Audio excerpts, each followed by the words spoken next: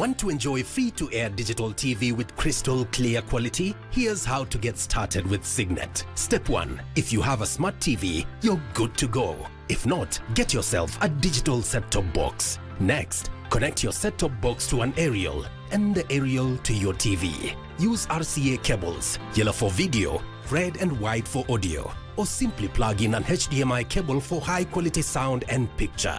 Now, do an auto search on your TV. Just follow the prompts on the screen. And that's it. You're now tuned in to Signet. Sit back and enjoy a wide range of free-to-air digital channels. For technical inquiries, call the Signet hotline on 0770 572 656. Na leo inaonekana umechangamka. Na pia nimefurahi. Unajua nilikununulia nini jana?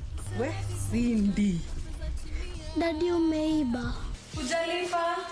Yo pesa. Masajili atakulipa. Can someone please explain to me what is going on here? Tupate pesa zetu bwana. Jambo mengi. Hi Josh. Ndio mrembo kawe afai onekane akingangana na mtungi hapa village. Miss can't complain. Auogopi Mungu, auogopi shetani.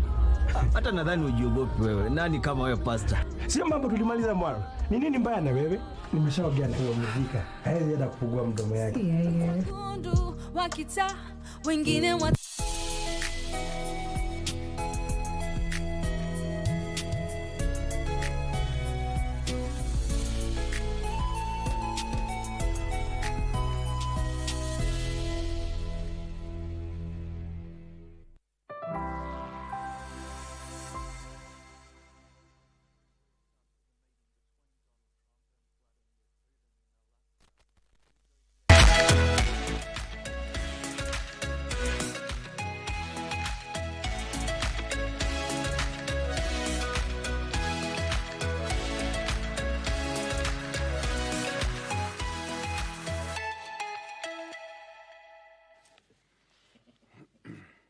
Good morning. 15th, 8th day. How did you get to 15? No, I was talking about 15 billion trees. I think that's why my Welcome back, Victor. Just welcome back.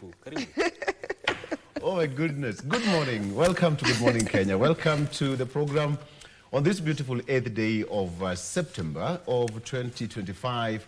It's a very good morning, a new week, new beginnings, and we have to begin it here on a high. My name is Victor Lowe. How are you doing? My weekend has been a great one. Of course, nothing much really, apart from the blood moon that we witnessed, and perhaps we might not witness again. It will take for us a long time for us to around 10 years, I think. Exactly. Yeah. So, did you see it, Vivian, Mike? Oh, yeah.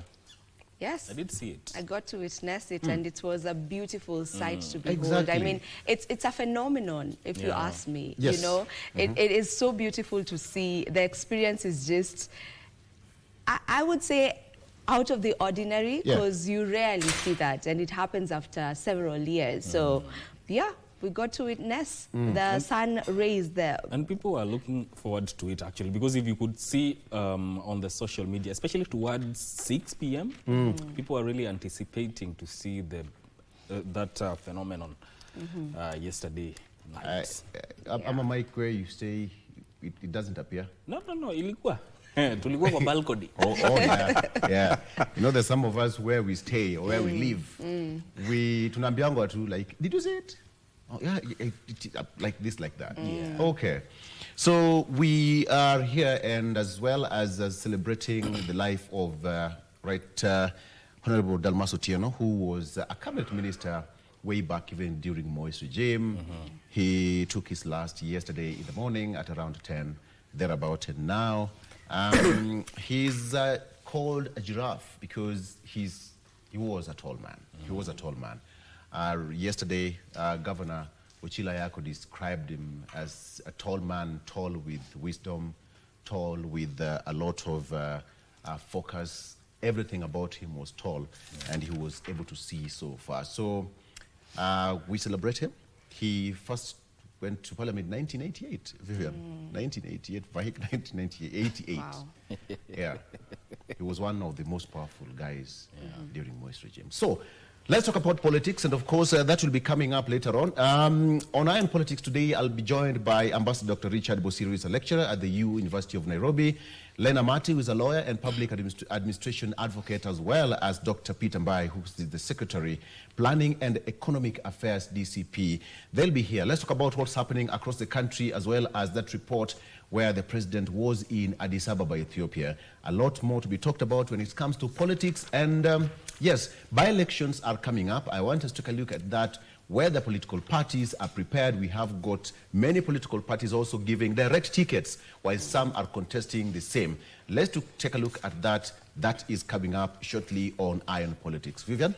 And aside from politics, we have Family Tech today. And this morning we'll be talking about grief. What exactly is grief? How do you get to deal with your grief? I mean, grief comes with diverse emotions, you know, from anger, confusion, sadness. It comes with a lot of emotions, and we just want to try and look at ways in which you can be able to deal with grief, because it's not a one-way ticket, if I may put it. Yes. Like, it differs from person to person. There's someone else who may be able to deal with it proper, but there's no proper way, I'll put it in quotes, and there's another who will decide to self-destruct in order to deal with it. So let's talk about that. We will be talking about that at exactly 9 a.m. How do you get to deal with your grief? You can be able to also just send in your views on the same. The number is 0716103301. I will be joined by Nelly Mutai, who's a multimedia creative and actress.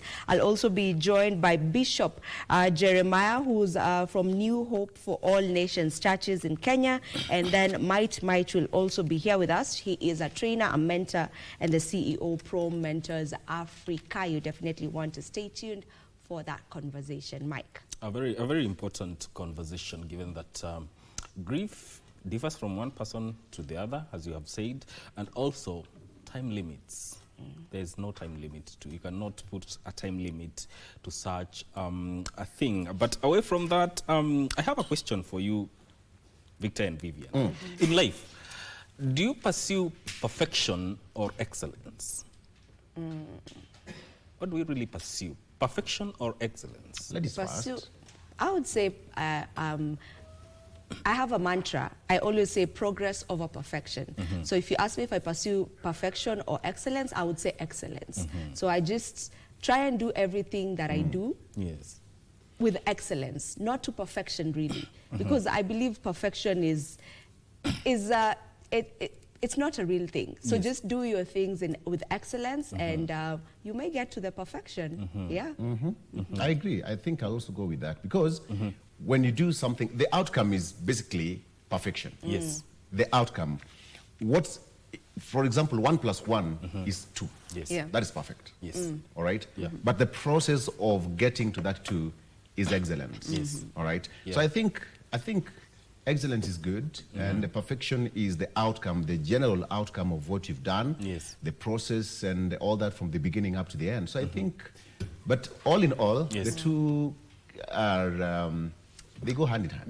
They almost go hand in hand. Yes. I asked that question because of today's quote, because it's related to perfection and excellence.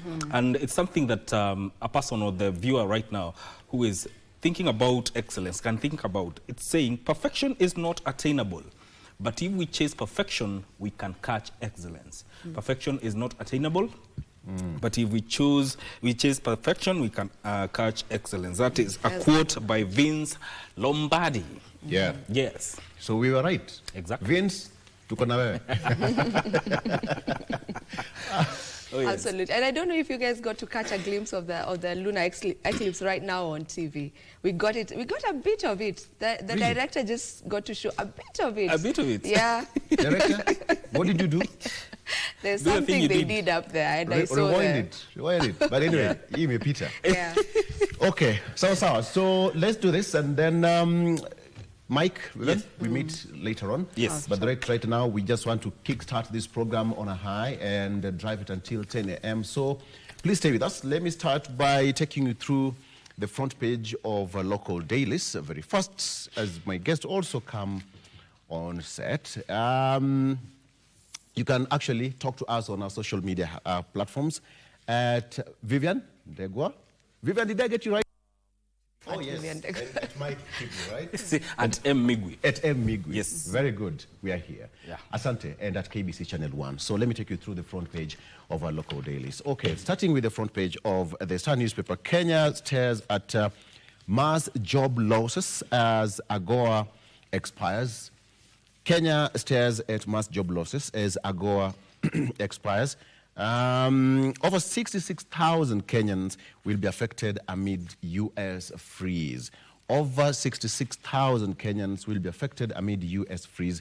And that is the story on the front page of the Star newspaper. Still, there is that story about Dalmas, quote-unquote giraffe, who spoke policy with wit and precision. He took his last breath yesterday in the morning, and we still condole with the family of the late former Minister Dalmas Otieno and the entire Rongo constituency. How Jomvu MP spent night with locals at Mikindani slums. That is what I have here. Watchdog now raises alarm over declining police welfare. I want to take you through that story on the front page, where it says that Kenya stares as mass job losses as AGOA expires, and more than 66,000 jobs on the line as U.S. ends AGOA impact. AGOA has been, that is according to Kenya, is staring at a second wave of mass job losses due to the U.S. government's decision to end the African Growth and Opportunity Act, otherwise known as AGOA. 3 weeks from now, or from today, over 66,000 Kenyans employed in the apparel industry alone would not be assured of their jobs if a last-minute decision is not made to extend AGOA, which expires on September 30th. Let me give you some figures here, as of course illustrated by the Star newspaper, that of course there are just 22 days to go to expire, and now 66,000 direct jobs in Kenya's apparel industry is the figure here. And 660,000 Kenyans rely on apparel exports to the U.S.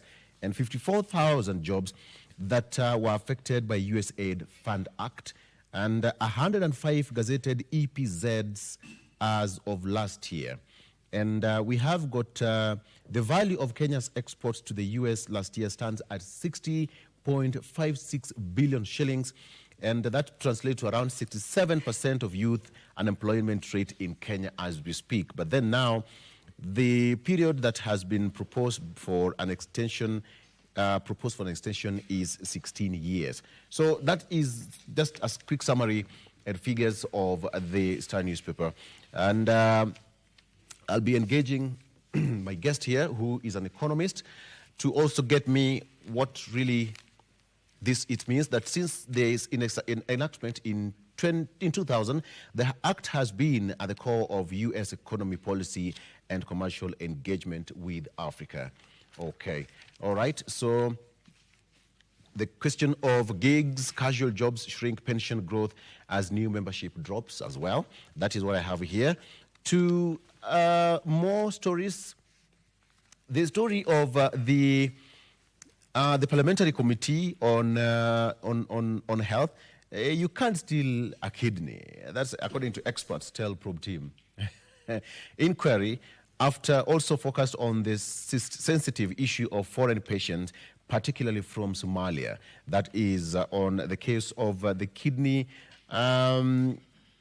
which is also said that it also emerged that despite Kenyatta National Hospital offering the crucial tissue typing test needed to match donors and recipients, clinicians are also often forced to send samples to private labs or even abroad. And so that also jeopardizes the whole process and creates a lot of doubt in that sector.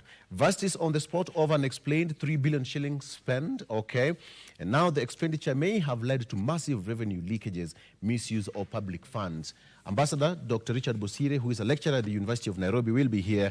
He's also been at the forefront of the labor movement and labor unions when it's come to university labor bodies. He'll tell us why, according to the Auditor General, Dr. has just stepped in looking at me because that story touches directly at him. You know, Dr. as you settle, I know you don't have a mic, but I have to put you on the spot that Auditor General says that there is 3 billion shillings unspent. And explained universities on the spot. Is UN part of it? Dr. is just settling. I just have to pull his leg, literally. You don't have a mic, so you can't talk. I see. Okay. Okay, so Dr. Mbai, good morning. Good morning. Good to see you. Good to see you also. Dr. Peter Mbai is Secretary, Planning and Economic Affairs, DCP. Karibu sana. It's been not number of days before the show together. I hope you're well. Well, I'm well. Thank you for coming. The moment we talked, you are leaving Naivasha. This gentleman left Naivasha at 4 in the morning to be here on the show. I mean, he's just a good man. Thank you. A lot of greetings. And please, Nakuru now is the second biggest contributor to GDP after Nairobi. Nakuru County is the second. What are the statistics and the data coming from? Yeah, from the, there's a county development, I mean, the way you have a GDP, there's a study being done to consider how much contribution of counties now to GDP, how much counties contribute. So now we were number 4 area, we came to number 3. Right now after Nairobi is Nakuru. Before it was Mombasa, then Kiambu, but now it's Nairobi. Nairobi contributes about 27% to the national GDP. Nakuru now is about 5%, all the way down. And that speaks something to the issue of viability of counties about sustainability. Because if a county contributes 0.0001 for 10 years, we are beginning to talk about what is the value. Because the whole idea about devolution, thanks to my teacher, Professor Otieno Mbai, was simply to make other governments that would compete on productivity, so that therefore the bigger wealth of the nation, then it is seen. That was the whole idea. What are the contributors to this GDP? I mean, number 2 that's a good position. Yeah, of course. Number 1, how much, of course, generation of revenue. Yeah, the issue of horticulture, the issue of tourism, the issue of generally the activities that are done in the counties that spur the economy. Yes. So there has to be some some what I would call economic activities. Tourism, horticulture, exactly. The issue of trade, investments, industrialization. Those are the key parameters. But if you look at it, I want to look at it in terms of it is a good benchmark to show which counties can be sustainable in the long term, in terms of economic activity. Right now, the problem is we have counties as cost centers. Every time, give us money. If you don't give us money, we are going to shut down. But they were supposed to be such that you can even lend money. You have so much money that you can say, okay, we have so much money, you can lend other states in the USA. They can lend, sometimes they give to the central government. They have money. They are richer than even some states in the capital, some counties. So the whole idea about devolution, I want to say that because I'm so passionate about it. Power and resources was supposed to go up there. Yes. Then, using that little money, you go start the economy so badly, so that now, finally, the counties are competing with each other. Which one is going to be better in terms of productivity, not expenditure? That's where we are going to get wrong, and we need to take very bold steps. I'll give you an example. We came up with an idea. One is in the Ministry of Trade, to do industrialization in 47 counties. What was the idea? Is to make sure post-harvest losses are controlled. There is an industry whereby there's going to be cold storage and value addition. So Kisii, bring all the bananas there. Instead of selling them at a throwaway price to Marigiti, some of them will be value added. Will be sold as crisps, banana crisps and all that. So that was the whole idea. And I want to say this again. Devolution was a good idea from the word go, because Kitambo, there was competition. And I've always asked I've always asked this question, and the good thing is that there is also here governance expert. How counties are interconnected. What county X, county Y, the neighboring counties of Nyamira can do with the counties of Narok and Homa Bay. even up to go to Turkana or Mandera. Yes. How are they interlinked? The whole idea was to create a system, because for me, I'll tell you this, anything without a system, I don't do. Because, I mean, we're in another age. The whole idea was, once you have this county aggregation industrial parks, they will be connected by a system. So, if dengue come from Makueni, a park, it would show, it would connect and say, there's dengue in Makueni. Then somebody from Muranga has avocado. Then they would say, I have a lot of carrots from Maunarok in my home county, right? Then immediately people would place orders. And then simply go and distribute. I want to take a break. Doctor, what do you think about that? I mean, look at his explanation. That's a very good way to start, because you're talking about AGOA, 66,000 jobs at stake in the next 22 days. I would say thank you for having me this morning, Victor. I mean, I would agree with him to a greater extent that productivity should be and is the basis of our future as a nation. The value addition, to create jobs. These are really issues that government needs to be taken care of. And every national county government should be focused on how we can do value addition, how we can increase our exports, how we can increase our earnings locally and from abroad to be able to develop our economies, grow our economies, and provide jobs for the youth. It cannot be tokenism across the country, people giving money here and there, and lying to the nation that we are building the nation. We can't build the nation through tokenism. Another point he has raised, which is I would like to amplify, is that productivity of counties is important. This is where production should take place. Industrialization should be the basis of our development. In fact, I remember in the last regime there was this policy on SMEs, supporting SMEs. I don't know why we abandoned that really important idea, and now we went to where we are saying we give some youth 50,000 to start, or 20 to start a salon, to start a kinyozi. That is not the original idea of SMEs. We're supposed to produce. We're modeling against on India, India's their cottage industries and all that, which has kept India as one of the biggest economies in the world.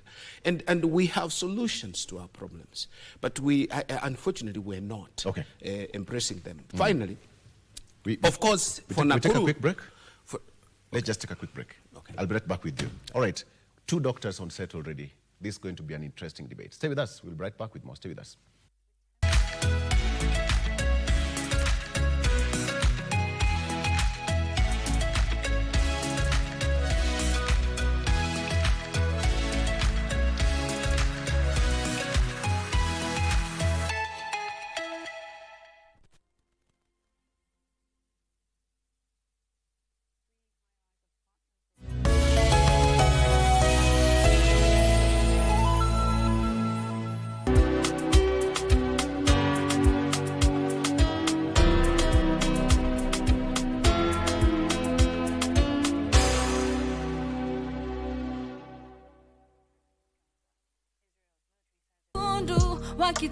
Na leo inaonekana umechangamka. Na pia nimefurahi. Unajua nilikununia nini jana? We Cindy. Dadi umeiba. Hujalipa.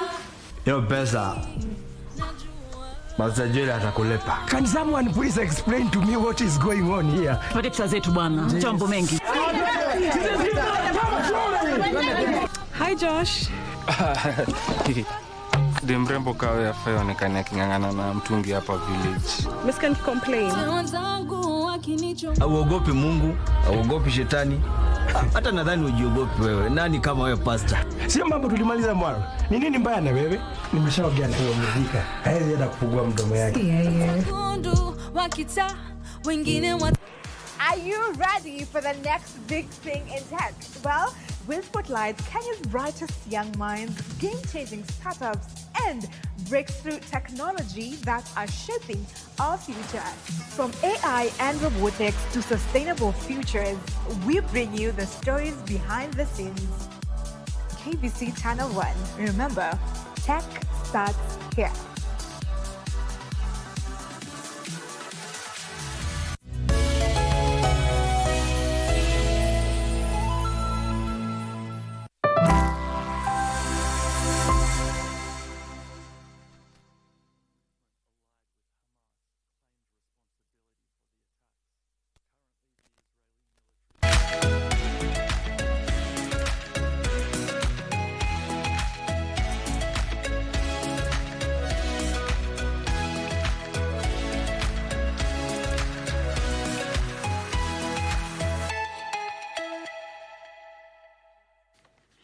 Welcome back. If you're just joining us, you've not missed so much. GMK is on the road, 4 minutes past 7 a.m. All right, so we are just starting the show and warming it up.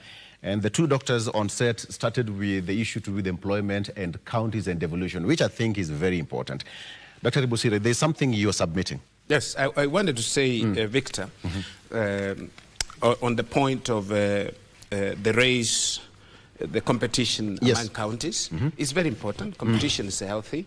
But one thing we should remember is that counties did not start at the same point. Yes. If it's a race, you begin at the same point. But the counties didn't start at the same point. And again, the intention of counties also is to deal with inequalities.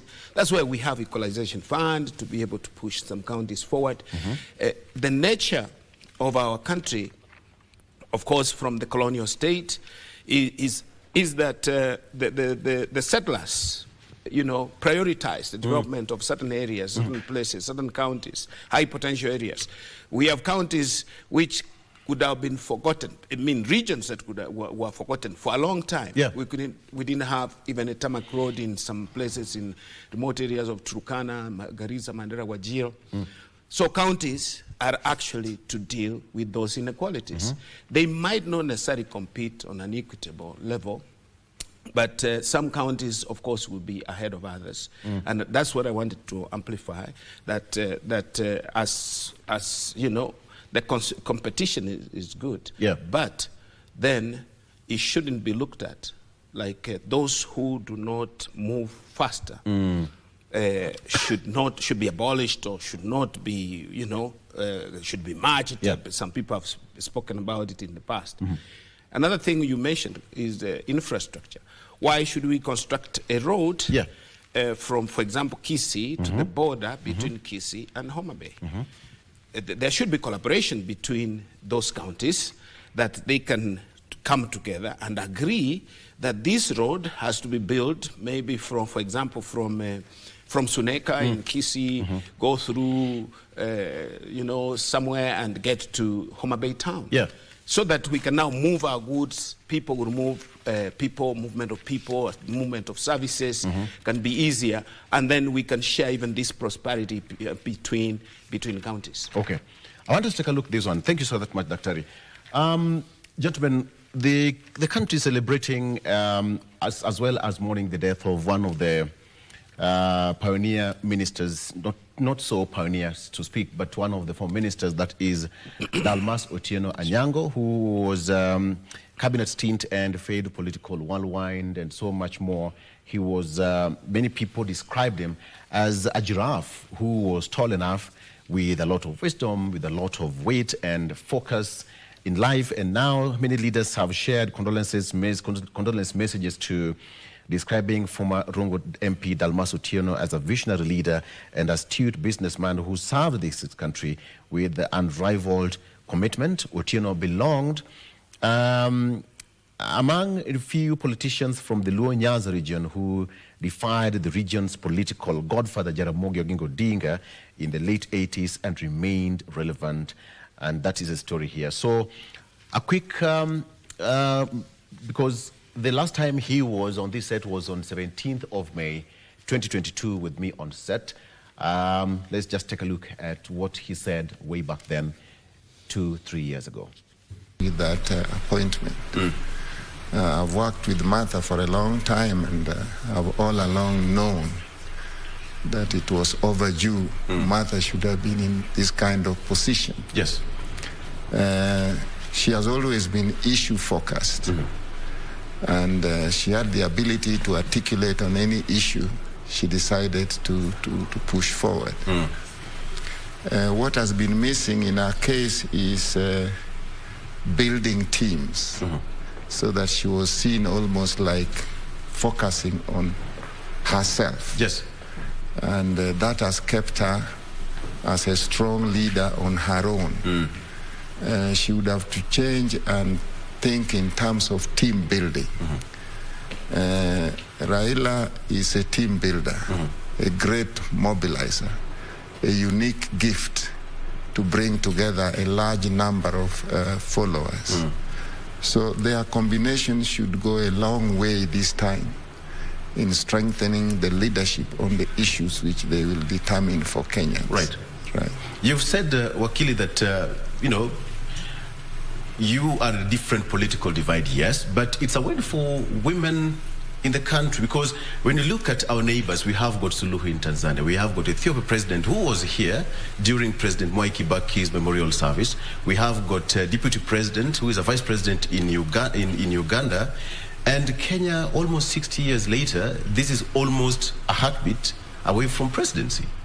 Absolutely. I mean, it has been a long time.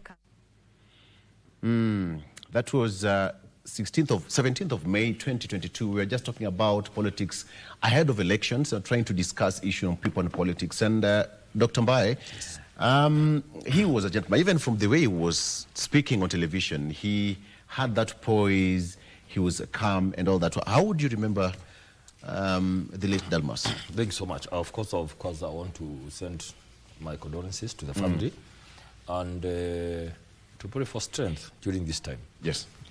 Vic, for me, Dalmas are the people in this country, the leaders that we grew up listening to and hearing about them.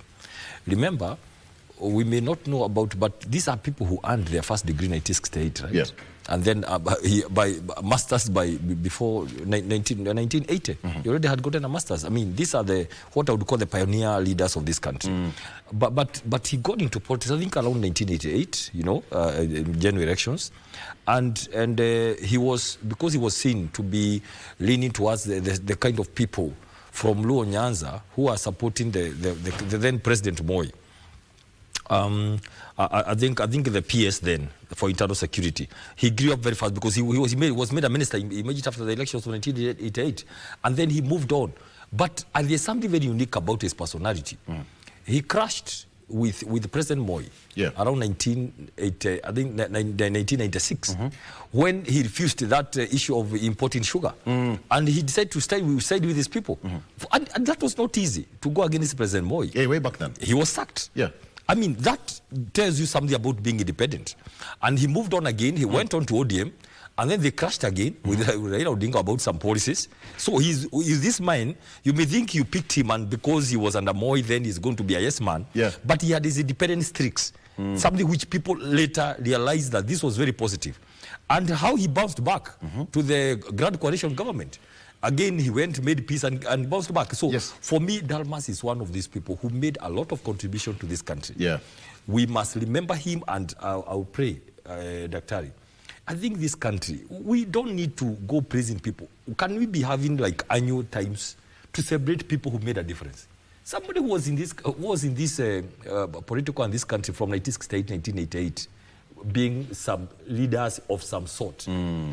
We come to mourn people when they are good, but for the last 5-10 years, when people are alive, we need to have a system, just a system of just saying these are the people who made a difference.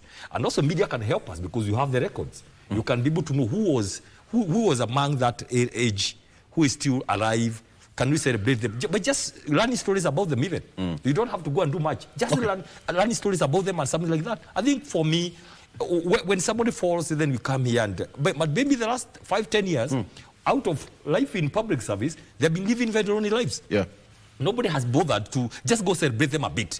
Do some birthday for them, talk to the family. When is the birthday of this person? Just talk about them a bit. You may not do much, just to remember what they have done. Give them flowers when they can still smell the flowers. Daktari. Yes, I remember Dalmas as most people have said, tall, not in stature, but also tall in his brilliance, in his articulation of issues. He was a very, very strong proponent of transparency and accountability in the civil service. And Victor, we can see that I've not had Dalmas in his life or political life being accused of corruption. I don't think corruption... We don't have that even in our records. He's a man who lived a life of integrity. He's a man who respected himself. He's a man who was a man of his word. And that is why he was liked. by his constituents, and also was liked by politicians from, equally from all political divides. He differs with Raila, but later on, he mends fences. Not that he did not stand strong on his ground, but his time, he was a leader with timeless integrity. Impeccable record of integrity and providing that leadership, always able to change things around. And especially in all his life, he was really a person who stuck to the principles of public service. And we shall remember him as having been one of the finest in terms of his intelligence, intellectual capability, articulation of issues, and also actually living by it. I send my condolences to the family. And you mentioned that I represent university dons across at the University of Nairobi, and I could speak across the country that we have lost really a person with that level of intellectual and talk about that and service. Let's do more life and times of Dalmas. But I want to leave this I'm going to the higher seat of authority. Dr. Yes. All right. And you're going to join by a lady here. Dr. Mbai, are you ready for that? Very well. Okay. Life and times of Dalmas Otieno. Dalmas Otieno, a Strathmore School old boy, joined the Kenyan political elite in 1988 when he contested and won the Rongo parliamentary seat. Impunity in this country. He advanced his political career after President Daniel Moi appointed him as Kenya's Minister for Industrialization from 1988 to 1991, and later that year he became Minister of Labor. He also served as Minister for Human Resource Development and as a Minister of Transport from 1991 to 1996. Dalmas Otieno maintained his support for the government side until 2007, when he joined Raila Odinga in opposition politics. In 2008, Dalmas Otieno was appointed Minister of State for Public Service. In 2014, Dalmas made an unsuccessful attempt to establish his political dominance in the Nyanza region by founding a political outfit to rival Raila Odinga's ODM in South Nyanza. In 2014, Dalmas made an unsuccessful attempt to establish political dominance in the Nyanza region by founding a political outfit to rival Raila Odinga's ODM in South Nyanza. This move later cost him his parliamentary seat in 2017, which he lost to Paul Abwor. In 2022, Dalmas joined Uhuru Kenyatta's Jubilee Party to run for the Migori gubernatorial seat, but was defeated by ODM's Ochilo Ayako. Dalmas Otieno served as vice chair of the Salaries and Remuneration Commission (SRC) from August 2018 until 2022, when he resigned to contest for political position. Give us in mind, Sunday. That is time, life and times of the late Minister Dalmas Otieno. Okay, so we also joined by Lena Mati, who is a lawyer and public administration advocate. Lena, good morning. Good morning, Victor. Good to see you. Nice to see you too. Karibu sana. Thank you. Daktari, you want to have a minute based on that? Yes, actually, the same point I was making, that his role in the public service is indelible. We can never forget Dalmas for standing strong and tall to protect the integrity of the public service. I used to admire him with what he said, how public service should be rendered and how we should behave, those of us who are in public service. Those words of his will live on and on. And not forgetting his political achievements, being MP of Rongo, being minister, serving all the governments, Moi, Kibaki, I don't know, Uhuru also, he served also during President Uhuru's reign. And that tells you the quality of leadership that was in him, that everyone recognizes and actually wanted his contribution to his leadership. And the people of Rongo, I'm sure they have really missed. This is a smart and calm and humble leader that we have lost, except at the point, leaders like Dalmas, once they're not in office, why do we forget them? They just disappear from public life. Yeah. We should keep, as my brother was saying here, we should keep them alive. Give them some opportunity to speak and also to contribute to public issues while they are still alive and strong. But we tend to think that our life in this country is about politicking all the time. But we should utilize these resources to develop our country, even at the local level, even at the county level. This is a man who was like an encyclopedia about public service. He could advise on what should be done to make our country better. I agree. But we often forget these people and listen to those who shout the toppest of their voices in the public podium in order to get votes. But he was quiet. A depository of knowledge should be utilized. Well, I agree. Thank you. Let me take a quick look on the front page of the Standard newspaper. The Standard says, "Death horror." That is what I have on the front page of the Standard newspaper. Death horror. That is, it seems that the economy is not doing so well, according to the Standard. Well, let me give you a quick explainer. Since President William Ruto took over, the country has been borrowing a troubling 2.2 million shillings per minute, 137.5 million shillings per hour, and 3.3 billion shillings per day. As he marks 3 years in office this week, Ruto has so far borrowed 3.7 trillion Kenyan shillings. Horrified economists now say that and warn that the rising debt lacks practical value for the country. Besides, a look into President promises reveals chivalrous absurdity, from planting 15 billion trees to building a stadium that can host EPL, with the debt curbing promise falling flat 3 years down the line. That is according to the Standard newspaper. And still on the front page, defiant Moi era minister dies. That is Otieno, Dalmas Otieno. Against all odds, Dalmas knew how to survive politically. Again, what has been said. County officials face EACC in 22 million legal fees probe. A lot of money there. And President grandiose promises, biting more than he can chew, or strategizing deception. There's question of public debt piles up to 12 trillion shillings and counting, but now there is little to show about it. End of 50-30-20 inside plan to change school capitation model again. Lena, would you want to go back to 844? Not really, Victor. Not really. Okay. Yes, we may have a problem. Yes. We have some problems with the current model, but I don't believe that going back to 844 is better. I believe that we need to strengthen, and also now the stakeholders also need to meet to be able to iron out the crises that are within the Ministry of Education. Yes. Yes. Okay. Very quickly, on the front page of this Daily Nation, inside the State House, police hiring drama. Okay. Civilian commissioners and police chiefs clash over recruitment.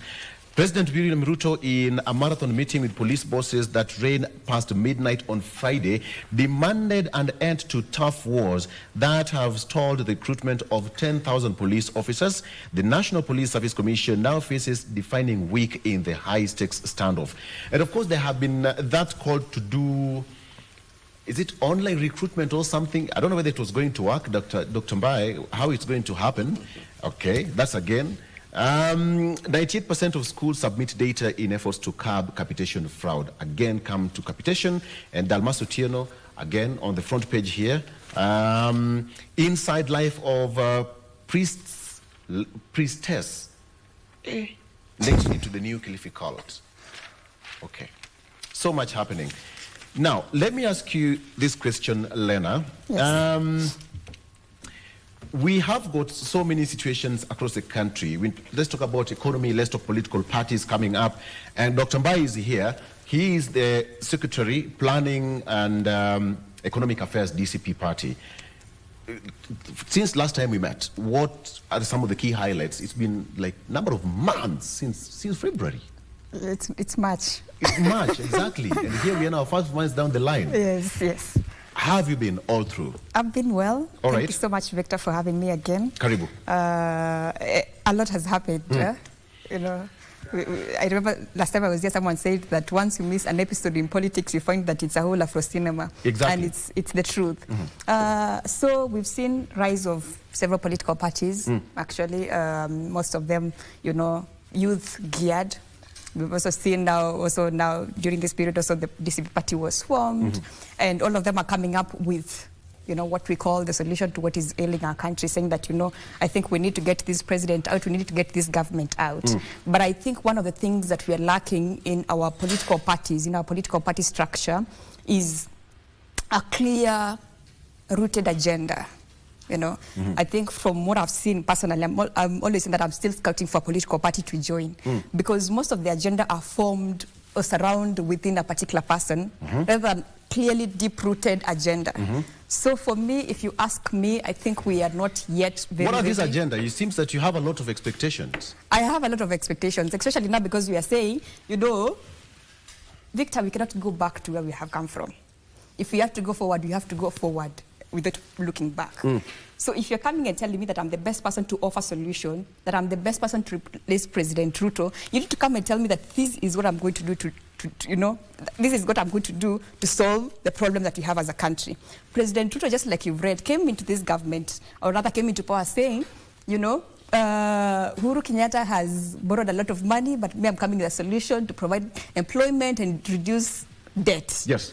But now, it's even skyrocketed. Things have become worse. So now I'm imagining if we just go for a person who lacks an agenda and comes and says that, you know, my only agenda is to get this government out. Of course, we want this government out. But you also cannot replace one bad captain with another bad captain. We need someone that has a clear plan on how they are going to help us. Okay. I don't know who is this person on.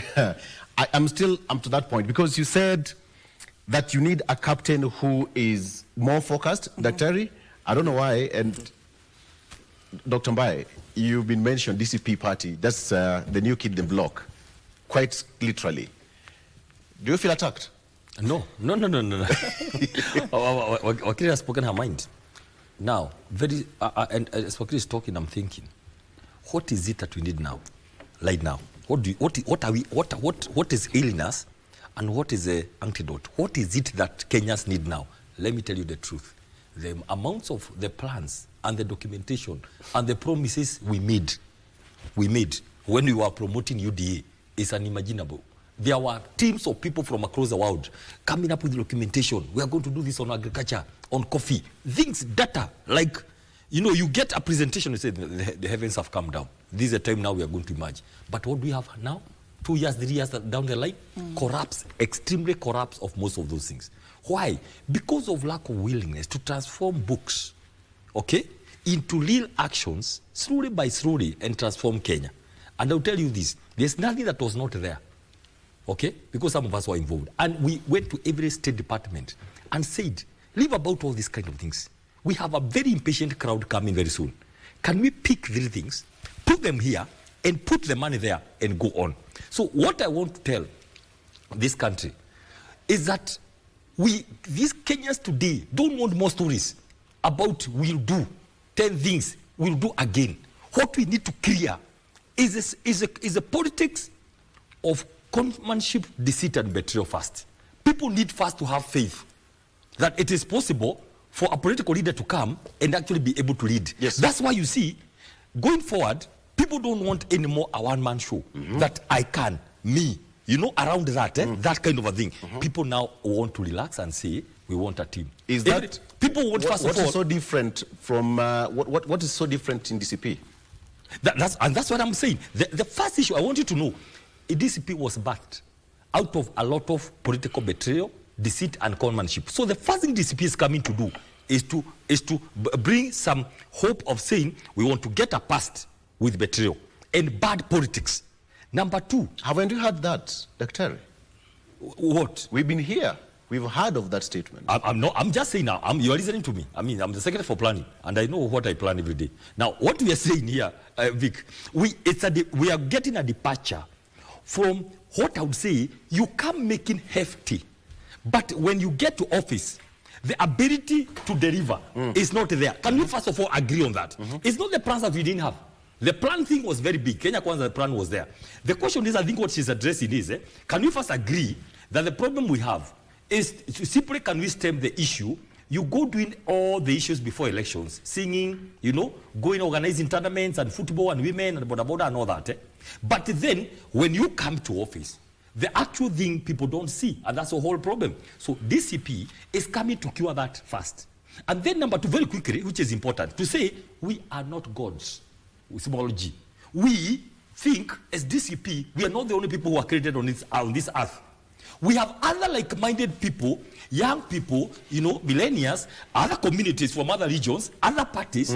Can we now come, not me running with the ball, but we come and say, hey guys, we are all equal, we are all good people. Can we get the best brains to give an alternative thing of hope first to Kenyans, because people have given up on political leadership, by the way. Can we do something different? We come together with all these parties, then finally 2027 we say, it's not about me being good, but I'm just one among equals. One among equals. We all have our cups of coffee. Can we all sip it? Okay. All right. As we take a break, we'll be right back. Stay with us.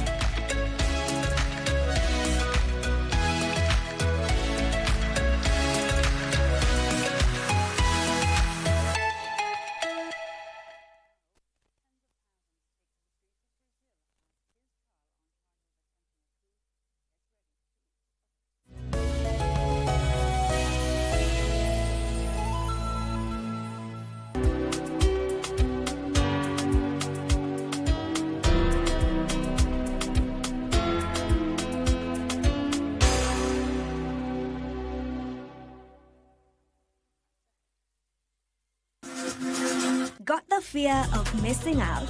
Want to keep up with all the latest entertainment news and latest celebrity gossip? From the latest rumors to popping events to the newest fashion trends, here is where you get all the tea or juice when it comes to entertainment, and you get it served on time. All that and so much more on Grip Monday only on KBC Channel 1. Remember, if you did not see it on Grapevine, then it most probably never happened.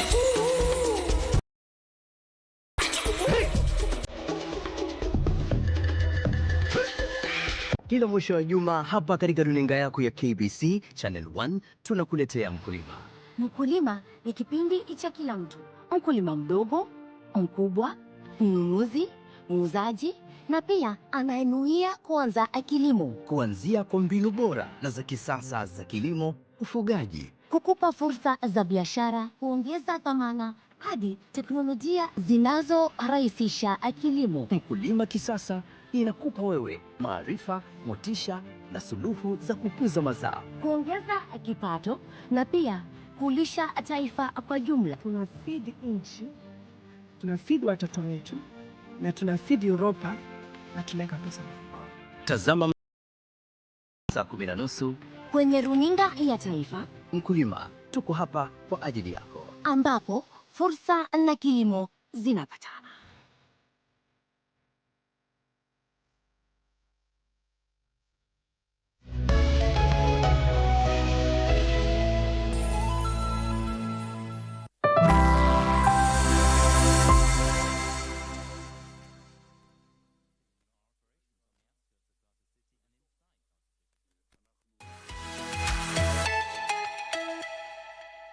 Welcome back. So let's talk about that. That you're saying something. I want to give 1 minute to Malize, then Dr.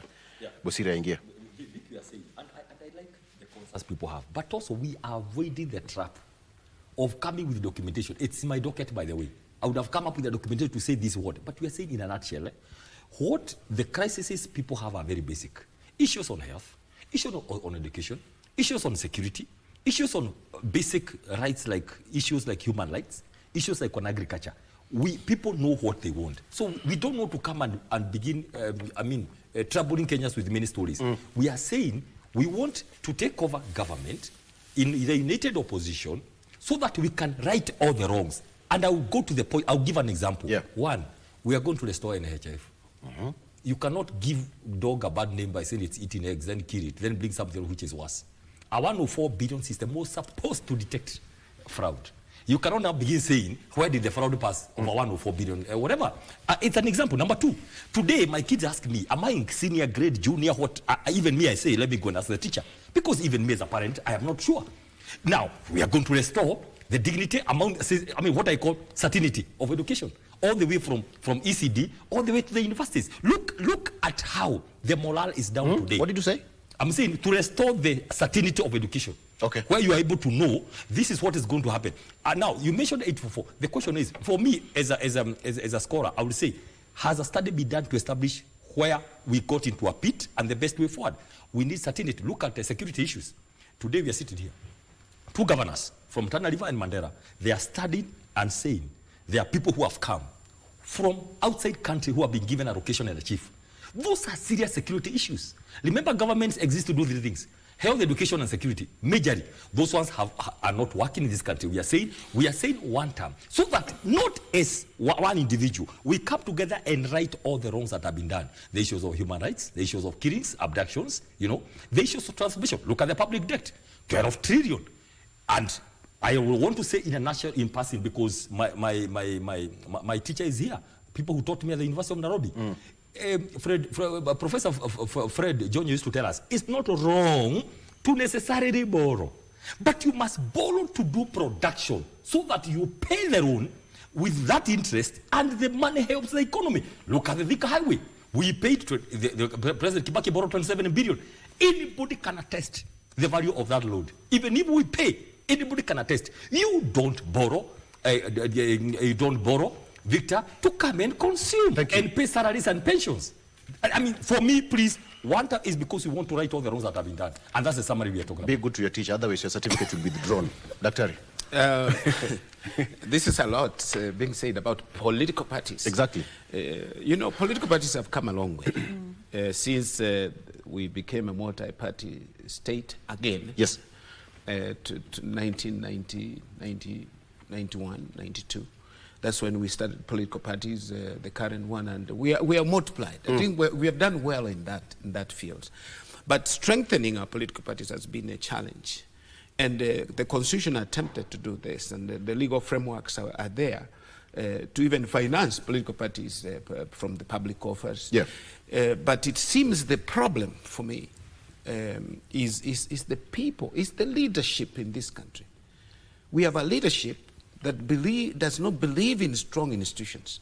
And therefore, even in political parties themselves, they obliterate the parties or they weaken the political parties so that the personality becomes dominant. They are working against the aspirations of Kenyans that political parties should be institutions. They should outlive individuals. But the politicians want to show us that they are more important than the political parties. Yeah. Actually, you have to do what the politician says or the leader of political party say than doing what is engraved in a party constitution. Secondly, Wakili mentioned about what is ailing the country. We can't say we want change and all that. When it comes to the point where there is frustration among the people, they might not exactly say what really they want, because the assumption is everyone knows that Kenya is suffering. Everyone knows that education is not properly funded. Everyone knows that the university, the model, the financing model of students' financing model of the university is not working. Yeah. So whoever is coming, we expect someone actually who will fix the problems. Not to sing the song like we have heard the songs, we shall do this. I remember that UDA, and as you mentioned, they went out to every county, charters, everything was collected. And even beyond that, we have policies in this country about everything. Then what is the problem? The problem goes back to leadership. We need a leadership that's responsive, accountable, and that has integrity, that will actually focus on the public good. When we have a leadership in the country at all levels, even at the local levels, focusing on themselves to steal from public offers, to enrich themselves, rather than to serve the people. I've seen even a small road in my place was constructed. The other day it was graded and marramed. Poorly done. And they have finished and left. Why don't we do a smart job when we are given money? This is a public road and this public money. Why should you pocket public money? Is it about having a predictable development policies? Policies, Victor. We have all these policies. We have all these policies. They're there. Like now in education. Why should someone say in a day, I'm changing in the funding model for university students to something called mean testing and all that? Students are neither rich nor poor. They have no social status or economic status. All of us are students. It just provide a system that equalizes all students. We learned through that system. Our predecessors, our leaders in the past, making mistakes. I couldn't have gone to university if this thing was applied. And where did we get this funny thing, which is not working? And even when it's working, the politicians, including the top politicians in this country, are singing a song somewhere else and saying this thing is working. SHA is working. SHA has a problem. I mean, you close hospitals. Patients, where do the patients go? These hospitals are the ones that actually complement the poor public services we get in health in our public hospitals. You close them, where do these people? They flock now to the public hospitals or the few facilities that are there. Are they not going to die? Yes. Do we care? Does the leadership care? Why can't you do your own investigations, complete investigations, arrest the culprits, leave the organization continuing, the hospital operating, so that people get help? You know, I look at that and find, what has ailed this country is because we have believed lies over and over and over. Why can't we, as a Kenyan people, really do an introspection and find out what is really our problem? 3 trillion borrowing. Where has the money gone? Can someone show us what has been constructed with the borrowing that we have done? The borrowing, you read that newspaper headline, is crowding out even the youth from borrowing. The interest rates, borrowing rates are too high. They cannot borrow to do business, to grow the economy. The local banks, I can tell you, even our mortgages, I have a mortgage.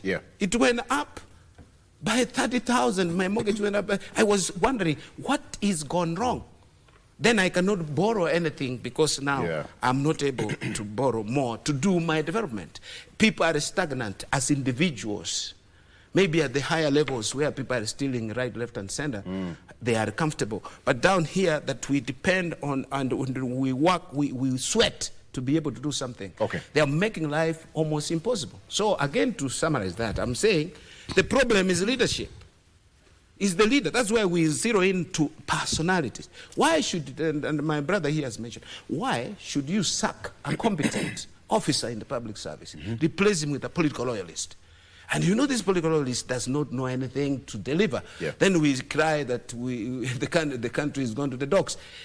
The top leadership must act in the right manner. I will ask this question. Lena, yes. With all the policies available and well put in textbook, all of us can read, but we all go back to our individual corners as voters and say, we get convinced, and all this, the agenda, the party manifestos and all that is what's always floated to us as wananchi during campaigns.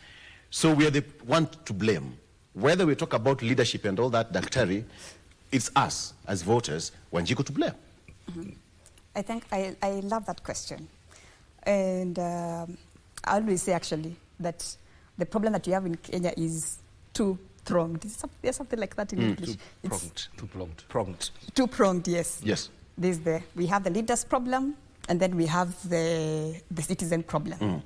Because as a citizen, we are the ones that elect this. The Constitution, Article 1 says that the sovereign power belongs to the people, and the people shall exercise it directly or indirectly through their representatives. Meaning that we have the power to employ and sack our representatives.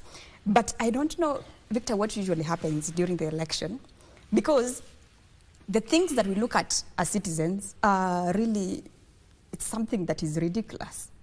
I was hearing in the previous, I was still very naive in politics in 2022. So I went out there and asked my peers, why would you choose candidate A as compared to candidate B?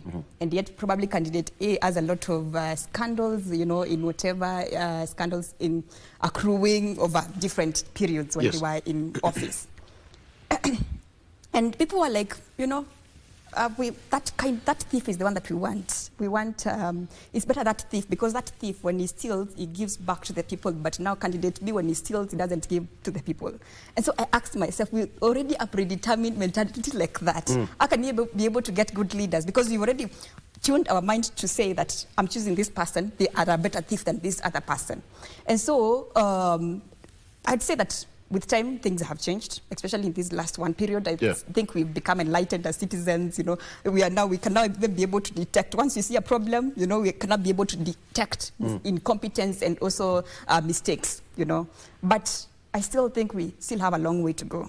And I think in 2027, we'll be able to understand, have we taken the lessons that we have learned over time seriously? So that again sounds so familiar. We were on this same set before 2022 elections, before 2017 elections, before those by-elections. The same thing you're talking about have been said. Dr. We've talked about this over and over again, and God willing, we'll talk about it even before 2027 election. But Lena, I will still ask you, the Mwananchi, you talked about two people, the leadership and Mwananchi. So where do we draw the line? So that, Dr. Rimbaye, the Mwananchi who is going to be giving you that one vote is quite much aware of his or her right as enshrined in Article 1. I have a feeling that politicians know very well that Article 1 is so powerful that they will always come to navigate around it and crowd with a lot of so many good words around it that when Mwananchi amesikia hiyo, then there is something good for him or for her. Don't you think that's what you do as politicians, Dr.? Now, because this is what I think. I will say very categorically so I don't lose this point. I don't think I want to 100% bring the voters. Their place is there. But look, when you come and convince the people, I'll go back to leadership. And Maxwell said everything rises and falls on leadership. I can tell you, the moment you are elected, it is you to offer direction. Now, the problem I see, because we have very good case studies for the last few years, is, and I'm sorry, I'll repeat this again, is the fact that there is already the spirit of some conmanship and deceit, some incapacity. You come and pose like this man who knows everything, okay? And you do a lot of drama and PR before elections, right? Then people are easily believed because I admit every day you are part of the people who believed that this is going now to be, heaven is going to come down, you're going to see the kind of speeches and transformation. You could see the stadiums all over in 47 counties. Just imagining them and all that. My point is this. My point is this. That issue of everything is possible with the right leadership. So where the people come in is that you're given all these choices. So can we first take this brief? Let's remove it for some time from the voter. It's us who organize parties. For example, I sit in NEC. It is us who are going to know who is this person you are going to give a ticket. To run on MCA, on MP and all that. And we are saying two things: capacity, because we don't want to be blamed by the people when there's no delivery of service. But number two, of course, loyalty to the party and holding to the ideas of that party, for example. So when our leaders will sit down to pick among 7 of them to pick who is going to be the flag bearer, I mean, we need to exercise our minds. Then we give it to say, this is our flag bearer. I want to go back to leadership. Let me tell you, because this is very important. Everything rises and falls on leadership. In this country, when we did the Kenya Kwanza manifesto and all that and all those kind of things, besides policies, Mwalimu, we went and did a practical thing. You are today here in this office. Tell us what you do every day. What have you achieved? what can we do to achieve something better that is tangible, that has an impact, direct impact on the people? 52 ministries, state departments went around. We brought something up, but we place it on the head of the executive to make decisions on how to proceed. Then everything goes cold. We have a lot of, let me tell you, governments work on processes and systems. Even if you come from anywhere, you can't go against that. Even if you want to introduce a new system, it has to follow the procedures. Go consult the consultants, ask them what can we do. Listen to me. Only 0.001 fresh people come to governments. Only the president, the deputy, CSs, and PSs. All the way from secretary, under secretary, all of them are there forever. They are the ones who make governments. Politicians come and go. So if you want to do anything, come and ask them. They will tell you the how. But the moment you come and you want to change everything since Jomo Kenyatta days, on every policy, everything, you want to change it at once yourself. And maybe you think you have some, some gifts that other people don't have. That's where the problem comes. So Vic, to answer your question, are you asking a very good question that you find ourselves here? Me, I think no. Do you know what will happen?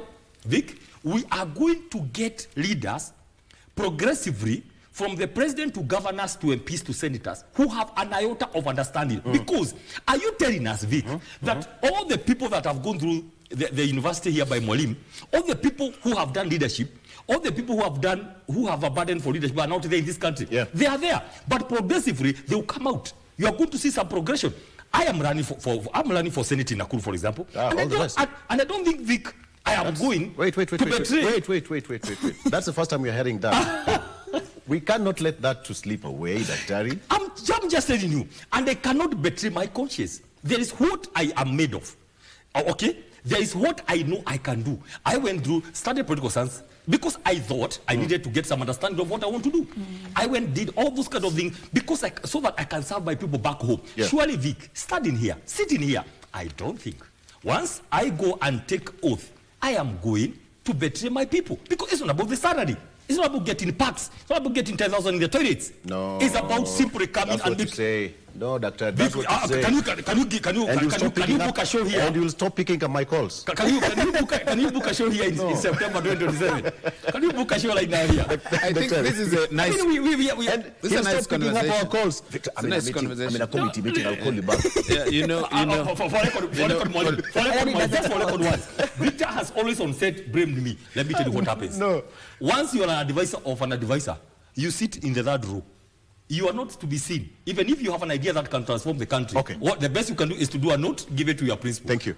You don't go appearing in TV shows and your principals are in for you. Victor, I think, I agree. We can blame the people, the sovereign. We can blame the real sovereign, not their representatives. But how does our politics work? I have an example, for instance, in my county, or my constituency, where the MP of all places in the world, in Kisii County, someone brings people mchele, sugar, pesa. I mean, people who are self-reliant, people who know that we eat from our sweat. And those are the people who have close networks, even to the top of the leadership of the country. In other words, what I'm trying to illustrate is we have failed to control this thing called money in our politics. Our people from the poor performing economy are impoverished, and I would say deliberately, so that you control them. So that you give them 20 shillings or 500 shillings, even if it's 500 or 1,000, to vote for you. And they will say, oh, at least yanipatia chakula, he gave me something. It is frustrating. If I may comment also on bureaucratic instability, we have a problem in the bureaucracy, as we know it from theory, from practice. Bureaucrats are not politicians. Do not politicize the civil service or the public service. Once you politicize the public service, then the service will suffer, because now they will start looking at the people from the light of whether they are friends or they are supporters of whoever has given them the appointment. Bureaucrats should be let alone as you hinted, to exercise, to use their technical competence, the technical skills and knowledge to be able to develop the country. Now, when you replace them, in fact, immediately Kenya Kwanza came to power, the aim was to replace those who were there. Not to look at the incompetent ones and replace them, but to replace those who are seen perhaps to have a relationship with the previous regime. And those who are in public service actually are partyless. They're not politicians. Even when people go for vetting, I went for vetting myself. We don't hold political leadership. You belong to a political party, but you don't hold political leadership. So that now, when these people and when decisions are made, because we were told it's bottom up. So it's loyalty over competence. No, not over competence, over skill. Okay. It was bottom up. Mulikuwa mnaimba hiyo wimbo. Then it becomes decisions are made from the top down. So everyone is fidgeting in an office, in the public service. They can't make a simple decision. They want direction. In fact, I'm telling you, this is the truth. You go and do your research. They're waiting to be told what to do. Yeah. Because they're not allowed that freedom to exercise their competence, their skills, their knowledge to be able to make decisions and take action. What about the money? Money is sent to ministries and is taken back. I mean, we are in a bad situation in our country. We need a functioning bureaucracy that is neutral. We need a competent bureaucracy recruited on the basis of merit. You talked about the police, recruitment of the police. If you have scandals in the recruitment of police, then you see the shootings that we have. Police who are not, police is like ministry. Yeah. Or it's like becoming a doctor. You must have that inside push to be able to do this work, because this work is also a delicate one and dangerous. And you have huge responsibility to carry a gun and guard me when I'm sleeping. Then you find that people are politicizing. Give me 10 people, give me 30 people, give me 50 people. And if you do your research, then you find that within a certain period, you find that the police is staffed with people from a particular region or whatever to guard you, to protect you. It is about the country. I don't know what Lena wants to say. It's not about ourselves, it's about the country. Politicians should actually be loyal to the nation. Let them commit themselves. How long do you live? That sounds so easy, Daktari. I mean, how long do you live? Why do you want to steal everything? Why are you taking these things? When other people are dying from diseases, you're actually eating people's medication. Great. Lena, what did you say? I wanted to She looked at me as if like, Victor. Yes, I wanted to address something that our Daktari here to my left. Maybe you can differentiate. I have two titles. I'm ambassador and doctor. And doctor. So please don't. Or teacher and student.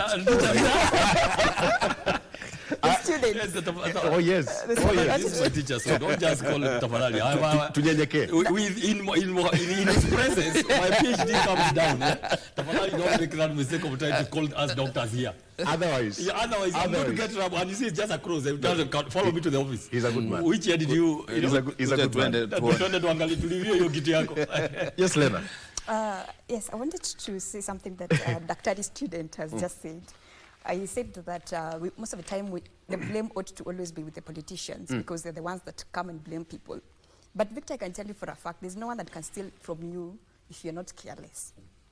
There's no one that can come to blackmail you if you don't look like someone who can be blackmailed. The problem with our voters is that they are so gullible. They are very easy to blackmail. Actually, Politics 101 demands that, a politician will come up with a narrative, slogans, rhetoric, and all that, to appeal to the emotions of the people. Then they will go out there and tell the people, you know what, I have a plan, this is the plan. But behind all that, there is written, it's just a mere talk. It cannot produce action, And then secondly, we also have a system that transforms upright men into bad politicians. So you get there, you are very upright, just like Daktari here say that, when he goes there, he will not steal from the people, not be hypocritical and all that. But he goes there and finds that things are actually different. It's a system that he himself on his own cannot be able to overcome unless there is collective work that is done towards that. So when he goes there, he wants to live like his peers, so he's forced to probably steal from, the public. You start walking and working like them. Exactly. The talk changes. The way he talks, he's no longer, he's not coming to the people anymore. He's coming and saying, we have a problem here. And yet he told us, I'm going to solve that. But he comes and says, we are trying as a government. We are doing that. It is a system that cannot actually be fought by one person.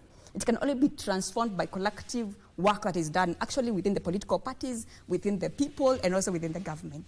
Yes. Okay. I want to treat that as your closing remark, sadly. Wow.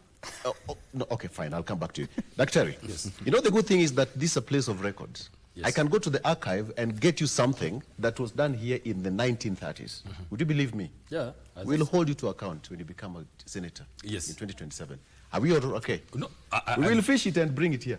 No, I agreed. And this is what you said, and you're not picking up my calls now. Yeah. I'll tell you this. I think I made that very clear. Okay. We have to be progressive. Yes. Victor, we cannot give up on this country and on governance. We can't give up. So what we are saying from today, we have to make very deliberate moves towards what the future we want to see.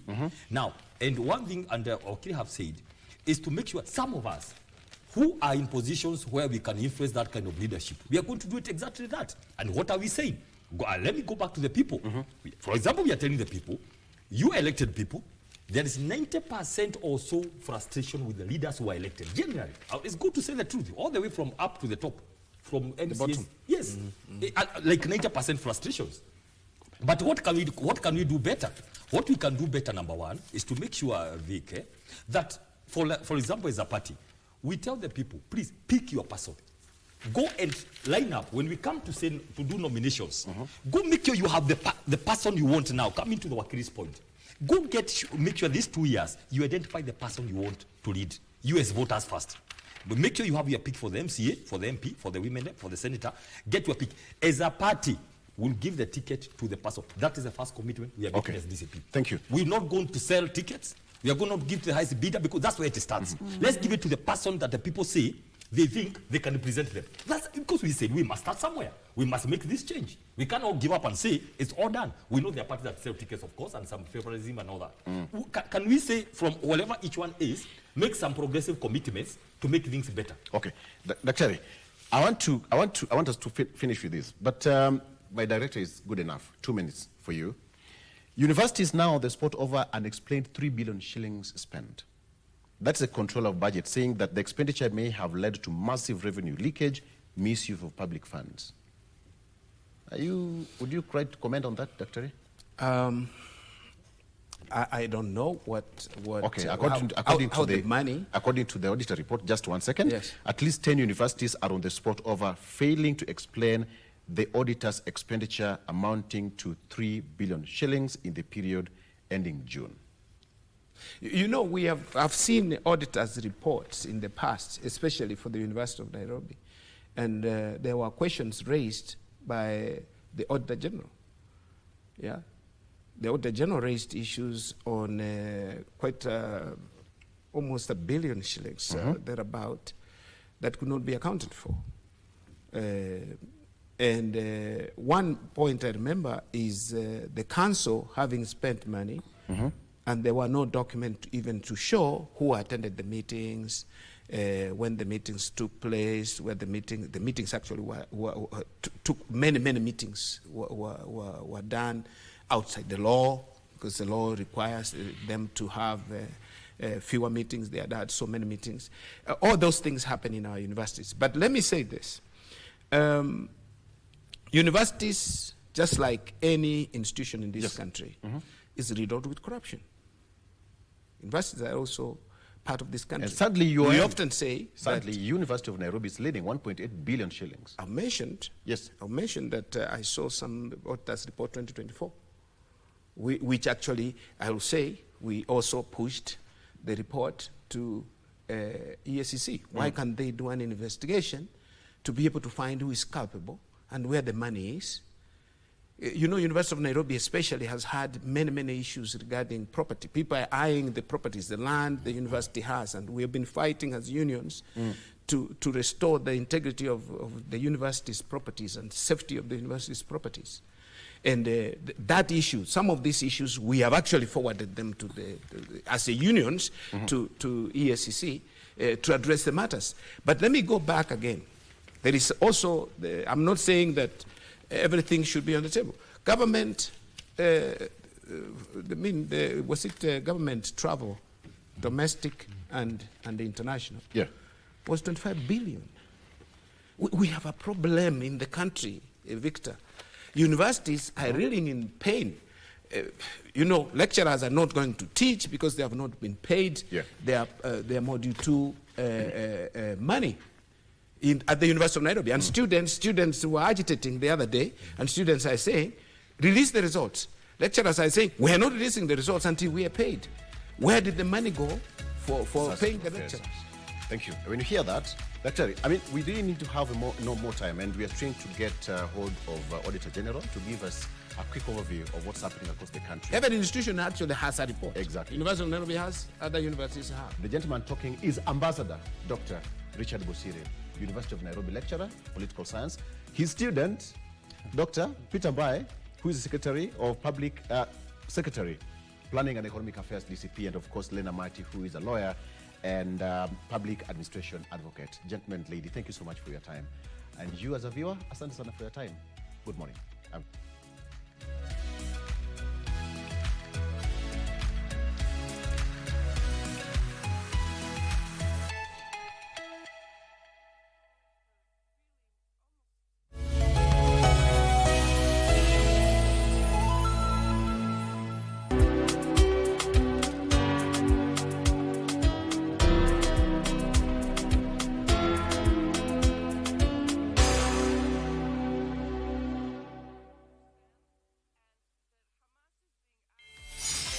Hello, fabulous ladies. Welcome to the talk show that's all about sisterhood, empowerment, and unfiltered conversation. We will be focusing on women. We believe in women. We are really changing. We are creating a safe space for women to connect, thrive, and share. Just because you're a woman on a bike, you're labeled in a certain way. It's not just a talk show, it's a movement. When they are standing, we need to stand out. From heartwarming tales to hilarious adventures. They could ask me, Catherine, why are you learning? We are turning the spotlight on women who are breaking barriers in their individual fields. You have to have a vision. You are the leaders of Kenya today. Keeping it honest and relatable. Mental health is real. Yes. Where there is no communication, there is no relationship. Join the sisterhood on KBC TV for Dada's show.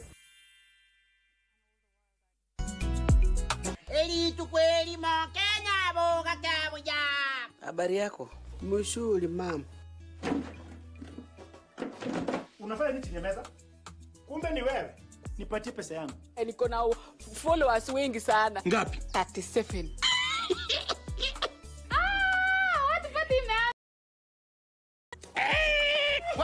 Umetumia mkono paya. Yoyo. Nyamazeni nyinyi. Mkaka alipata ajali sukukani. Tulisikia pikipiki imepita tu. Vuk. Nyingine katupita. Vuk. Alafu tukasikia. Anyway, kwani mjasikia? Tuongezwa mshahara nini? Mkaka alipata accident. Nilijua.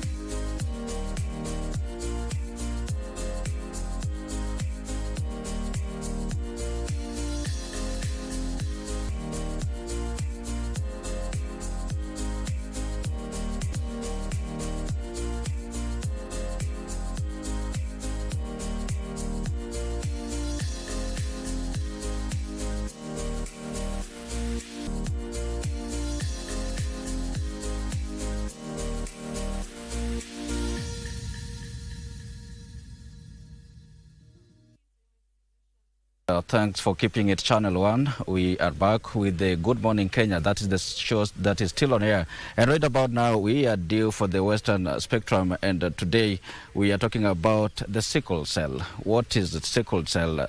trait. What is the sickle cell disease? And this is a condition that is quite, we're told it is quite rampant in the western part of Kenya. We want to know why. We are here with a team that has all the information that we need to know about the sickle cell. And September, being the Sickle Cell Awareness Month, this conversation is very vital. And this morning, thanks for joining us. My name is Wycliffe Okech, and with me here is a very able team, actually, that has all the information, like I've said, regarding sickle cell. Starting closer to me is Michelle Omulo, that is a sickle cell warrior. And just right in the middle, that is Dr. Ochieng Masawa. He is a clinical consultant clinical pathologist, and to the extreme end is the acting chief executive officer in charge of the Jaramogi Oginga Odinga Teaching and Referral Hospital. Thank you so much, ladies and gentlemen, for making time for us this morning. The sickle cell, Daktari, I will begin with you so that we may be able to be at level with our viewers right about now. When we talk about sickle cell, what should hit our mind? What is this sickle cell that we talk about? Okay, good morning, viewers, and thank you, Wycliffe, for this opportunity.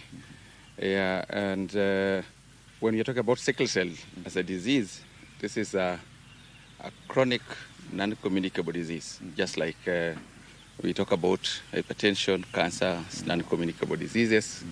This is a chronic disease that affects a protein molecule of our red cells, and in particular the hemoglobin, which is charged with the responsibility of carrying the oxygen in the red cells. And red cells are among those cells in our body that do the function of transfer of oxygen or transmission of oxygen within the body. So when these red cells, hemoglobin, is affected with this genetic disease or a hereditary condition due to mutations that take place in the formation of this hemoglobin, it results to an abnormal hemoglobin called hemoglobin S, which does not function as expected. And that means that these abnormal red cells results to the development of this disease called sickle cell disease. All right. You have on the patient, or rather, who is carrying the trait? So being a genetic disorder, we normally say recessive inheritance. That means that it takes two couples, a couple, one being a carrier and another one also a carrier, to develop, to give birth to a child with sickle cell disease. Otherwise, other children can only also be carriers. So it means that a carrier will present normally and does not experience any problem here and there, mild anemias, but they behave in a normal way. But those who have inherited the dominant disease, that is the homologous SS in their hemoglobin, they present with frequent anemias because this abnormal red cell tends to sickle.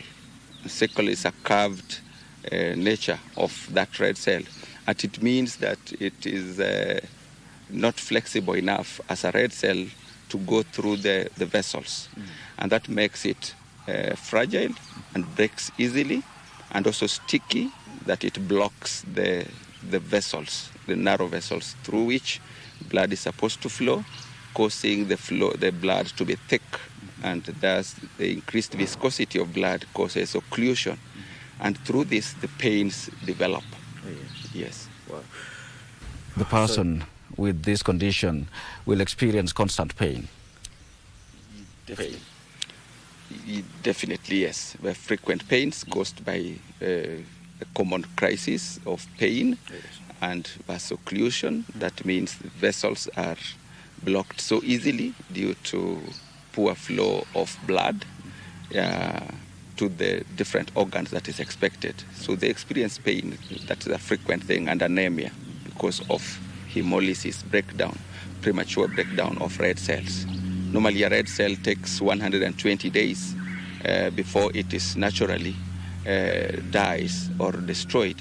But the red cell that's affected with hemoglobin S will take between 16 and 20 days. Yes, and that means that premature destruction will take place, and anemia and frequent pains will be the resultant. Just hold it right there, because you talk to us about the statistics and why this condition is quite rampant in the western part of Kenya. Michelle, I want to rope you in. Tell us, when did you realize you have... How has been the experience? How has been the experience? Okay, I realized that I had sickle cell at the age of 3 when my mom took me to Kenyatta National Hospital to get tested because she saw my eyes getting jaundiced. That means yellow. So that was quite strange for her. So she had to take me to the hospital so that they can get tested. So when I was confirmed that I had sickle cell disease, it was not strange to her because it was in the family. My dad's sister, the last born sister, had sickle cell disease. So it was not something that was new to her.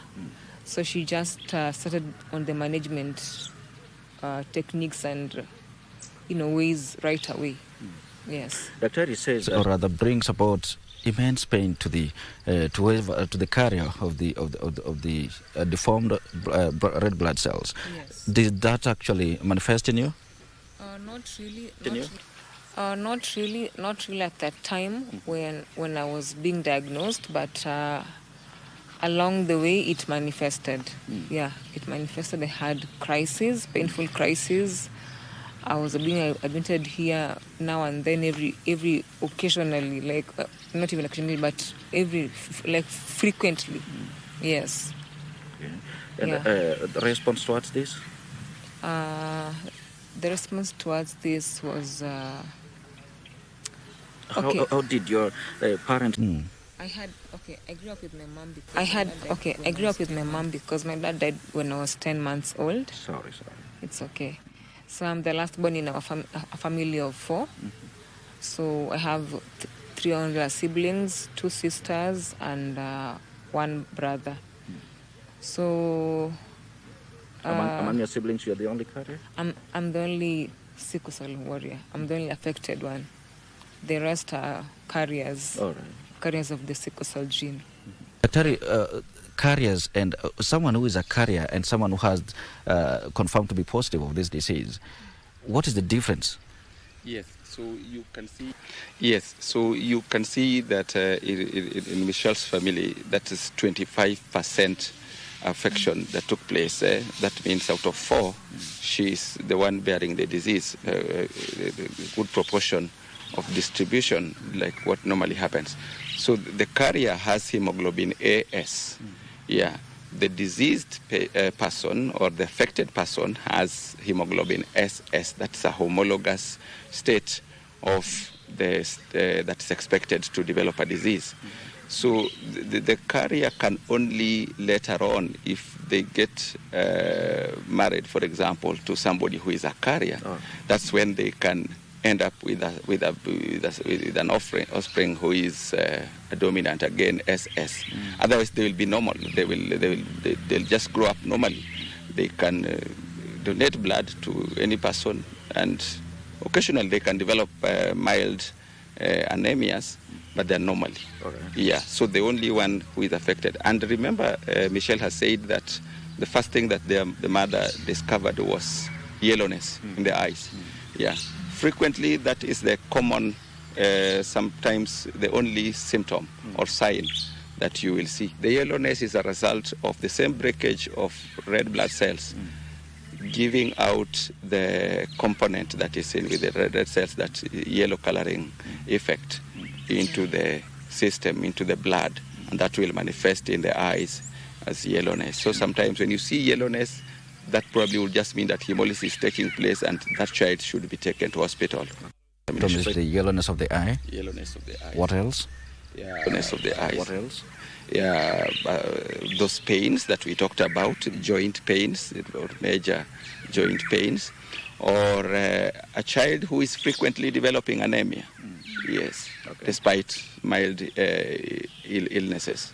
So that we can bring, before we bring in the CEO to tell us about the mitigative strategies, talk to us about the statistics. Why this condition is quite rampant in the western part of Kenya? Okay, thank you. Okay, thank you. The thing about statistics is that, now we are talking in Kenya, it's more frequent in the western region, that is within the lake belt. But this disease affects, globally, you will find that the projections are up to 25 million people are affected in the world. But within this, within this 25 million, up to 15 million are in Africa, the Southeast Asia, India, and those regions. The Mediterranean region. But when you come to Africa again, the sub-Saharan region is very much affected with the disease. Up to 250,000 people are affected. Now, when you narrow down to our country, again, we see this in the western side of the Great Lakes countries, that is even Uganda, Tanzania, those areas that are around the lake. And the unique thing about this is that this belt is favorable for the breeding of the Anopheles mosquito that transmits malaria. Sure. And due to natural selection, natural occurrence, because of the existence of malaria, you find that the mutant gene that causes sickle cell leads to the development of a trait. So naturally, people within this belt developed traits because the trait AS hemoglobin offers resistance to malaria. So that's just naturally occurring. So that is where now sickle cell comes in, because some people developed AS in their system as a means to fight the disease malaria. And in the long run, now when they meet and marry each other, they result with a homologous SS resulting to malaria. So you'll find that in our country right now, in the western region, or let me say Kisumu, we are talking about 4.5% prevalence. And from what we are doing in Jaramogi in terms of newborn screening, we have screened about just slightly more than 32,000 children or neonates. And we are having now 2 to 3% prevalence from that study. And about 18% are turning out to be trait. Jaramogi Hospital is the biggest health facility in the region that receives referrals from the other hospitals down, ranging from level 1 all the way to level 5. Dr. has mentioned that there is a prevalence of about 4.5. About 4.5 of the total population living on the lake belt, that is Kisumu included, is carrying this disease. What are the mitigative strategies? Thank you, Wycliffe. I want to mention that at the facility, and not at the facility alone, and even within Kisumu County, we have come up with various strategies. Sure. And these started way back in 2021 when we started now proper screening and to get the population of these people that are having sickle cell disease. And then thereafter, Kisumu County, together with the management of Jaramogi, came up with a slogan of zero sickle cell disease within the western region. And that has been a great milestone. And so in Jaramogi, there's this drug that these patients are using called hydroxyurea. We have tried our level best to ensure that that drug is always available in the facility, because if they don't get it, they go through a lot of pain. And something that I want to mention, that quite a number of the population that we are seeing in Jaramogi, there are people that actually cannot afford out of pocket. Oh, yes. Meaning that they cannot go to private facilities where they can get drugs available in the stock. Okay. And we took cognizance of that particular fact, and we say that being that this is a burden in the Western region, what can we do as a facility to ensure that when these people come, they actually get drugs? So through the budget, we ensure that we properly budget for the drugs. Okay. For the sicklers, so that when they come to the facility, they don't experience stockouts. Okay. And I think for the last 1 year, 1.5 years, Michelle, I can confirm that we have enough drugs that are used to contain pain and manage pain within the facility. Something else that we have done before this facility was actually elevated to level 6 national parastatal. It was still under Kisumu County. And through the governor, we decided, and the board of management of Jaramogi, we decided that being that this disease is a burden in our region, why don't we just designate a facility to manage this particular disease? And that's why we renovated the Victoria Annex, where we are today, to be a sickle cell center, a center of excellence for sickle cell management and hematology. So we transferred all our clinics, adult clinics and children clinics, to this particular place. And not only that, we also have a plan that what else, apart from giving these people drugs, what else, how can we actually reduce the spread of this disease within our region? And that comes for awareness. You know, we are working closely with the CHPs to ensure that we create awareness within the society and the communities in Kisumu County. And not only Kisumu County, it's affecting the Lake region. So we are creating awareness through the radio talk shows, through TVs, and through the level 1, level 2s, and level 3s, so that they can get early screening and the treatment can begin. Another thing that we have done is we have allocated some money to put this place a proper hematology. And I think in the near future, we are even thinking of conducting bone marrow transplants. Those are the services that you cannot get them in any public facility in Kenya. But being that this region, we are experiencing that particular burden, we decided that we want to make a proper center here for sickle cell treatment. So if I can mention, in the 25-26 budget, we have allocated 100 million for a start by the national government, being that we are now under national government, and I want to appreciate the Ministry of Health for that. We'll come to that, yes. Thank you. Yeah. Is awareness creation. Yes. And just about the elevation of the Jaramogi Oginga Odinga Teaching and Referral Hospital to the level of a state parastatal, I think it happened not more than 5 months ago, right? Yes.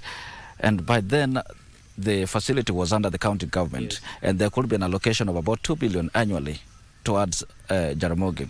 And now that it is a state parastatal, how do you expect that to change the scope of operations of the facility with regards to mitigating sickle cell, the condition? I think the 2 billion that you have talked about was including personal emolument. Sure. So basically, you will find out that what goes to the current operation was very little. And that's why most of the times we could experience stockout. Because Jaramogi is not only serving Kisumu, we are serving 19 counties and other 3 countries bordering, that's Uganda, Tanzania, Eritrea, and South Sudan, and quite a number of them, around 4, and plus 19 counties. So Jaramogi had grown, and I think the county could not contain it anymore. So the good thing is that the money that the government, the national government, is now taking over from Kisumu County's budget, Kisumu County can now use that money to actually ensure that the level 2s, they equip the level 2s, they ensure that they provide necessary requirements for sickle cell screening, and also employ more staff that can intervene in terms of screening and screening for these services so that we get intervention early enough. So that's what the Kisumu County is going to benefit from Jaramogi now being elevated, because it's taking around 1.2 billion out of their budget. Yes. So that money they can now use to budget for medical drugs, employ more staff to ensure that we get early diagnosis and the treatment begins early. Okay. Yeah. Yeah. Now we are talking about screening. We have talked about awareness creation, but then there's also a mitigative strategy, that is the red blood cell. Briefly about that. And Dr. when we talk about screening, is the screening just for the newborns, or even the adults are also being screened for sickle cell? Yes. Yes. It's not basically for the newborns, because what currently is running is for the newborns in our facility. But we would want to see that in our young adults, screening to be done, like if we were to have resources, we would carry out this process even in our schools, target the high schools, because these are the young people who tomorrow are going to have their families, and we don't want them to be agents of creation of more sickle cell disease cases. So the screening process is something that, together with awareness creation, that needs to be done, especially targeting the young adults and that infant stage, so that brings in the best way to prevent or to control sickle cell disease. Okay. If one knows that I am a trait, then now they know that next time if I'm to hunt for a girlfriend to get married, then I should probably move a little bit out of Kisumu to another county, for example. Yes, or if I manage to convince my girlfriend to also undergo through the screening, then I'm very sure that I am a trait. He or she is an AA, hemoglobin AA, and no chances of bringing to this world sickle cell disease. So that must it be a policy that before marriage, the couples, the lovebirds must need to test for sickle cell? Should we have a policy like that? Having a policy like that is not easy, because love is in the eye of the beholder, they say. And if somebody has developed genuine love for Michelle here, there is no reason why you should compare. In other countries, for example, there are such strict policies that genetic counseling is mandatory, and genetic testing, preconceptual testing is mandatory, and you cannot just marry somebody based on love, and you are going to give birth to sickle cell disease cases, because this is a burden not just to the families but to the government. Sure. The resources that the hospital uses to manage these cases are immense resources. Thank God SHA is now coming in to help us offset this. But the financial implications of managing sickle cell is enormous to the family and to the government, because it requires resources.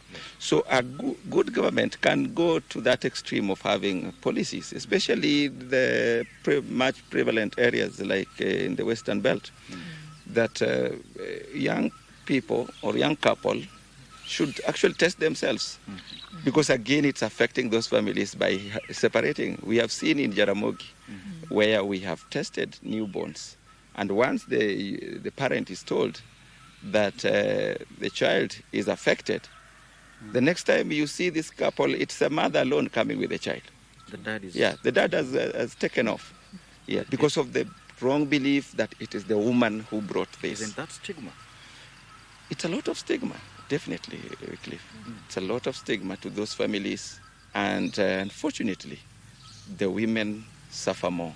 The mothers suffer more because they are left with these babies, and men take off most of the time thinking that this is something that has brought about by this lady. Yeah, but it is because of lack of awareness. All right. Lack of awareness. The CEO mentioned that this awareness creation is something that the Jaramogi Hospital is going to focus on quite massively now that it is a state parastatal and it has the resources meant for that. We've spoken about screening, which is quite vital for the newborns and also for couples. We've spoken about awareness creation. Banasio, talk to us about the red blood cell exchange program that was launched here just, I think, last week. Yeah. Yes. So, thank you. Thank you. I think that's one of the strategies that we have put in place to, just like a stopgap measure among the plans that we have in future. As I told you, Wycliffe, we have great plans, and even before this facility was elevated, we already had some development partners that were actually willing to come and partner with Kisumu County as far as development of hematology center here is concerned, because this is a great concern to the governor of Kisumu County as well. So the plans are still underway, and even what the national government has put in is just also to support. This red blood cell exchange that we initiated last week, and it will go on. We enter into agreement. We call it MOC, Memorandum of Collaboration, under public-private partnership to ensure that we support these our people. I mentioned to you that some of them are not able to go to Nairobi West because of lack of finances and resources. But if we can now bring this service home on the ground in a public facility where they can just walk in, use SHA, and they get treatment without any top-up, that's something great, and I really want to appreciate Nairobi West for collaborating with us. So it's a program that is going to continue, and I'm happy that our patient 001, Michelle, is here, and you heard from her that she's now feeling okay. She's feeling like there's a burden that has gone away, the pain and the fatigue. That's something, that's great. And when Michelle visited my office before the exchange, I talked to Michelle, and Michelle told me, the pain that I'm going through. We are living under uncertainty. We warriors. We don't know what may happen tomorrow. And that thing really got into me. Like I came to think about it, and I told my team, we are not going to wait any longer. We must have this thing started and up and running. So that's why we now started the conversation, and within 1 week, the place had been set, and we had Michelle going through the red blood exchange. So it is something that's very good weekly, and it's something that I think we, as a facility, we are very happy and going to continue with it. Before we come back to you on the sustainability of this program, Daktari, red blood cell exchange, in brief terms, what is it? Okay, so as the name says, it's the exchange of red blood cells, a therapeutic method of managing anemia of sickle cell disease, because most of the time we manage them, remember, because they are presenting frequently with anemia and low hemoglobin levels. They tend to suffer or to undergo frequent transfusion procedures. And the simple transfusions are really not helping the sickle cell disease warriors, because it comes with its own challenges. Yeah, because it leads to iron overload, because we frequently give them red cells, and these red cells carry iron in them, and we keep loading them with a lot of iron. We eventually sometimes worsen their situation through simple transfusions, because a normal sickle cell disease patient should not have hemoglobin running above 10 grams per deciliter. So you want it to be maintained within 10 or around there. So most of the time, our clinicians do simple transfusions or top-up transfusions with red blood cells. But we are looking at a situation where in red blood cell exchange, through an automated process, and this also means that you can do it through manual, though the automated way is the best. It's a therapeutic process where the red blood cells that are affected by or that are sickled in the patient, they are removed, and at the same time they are given fresh normal red blood cells in a continuous flow.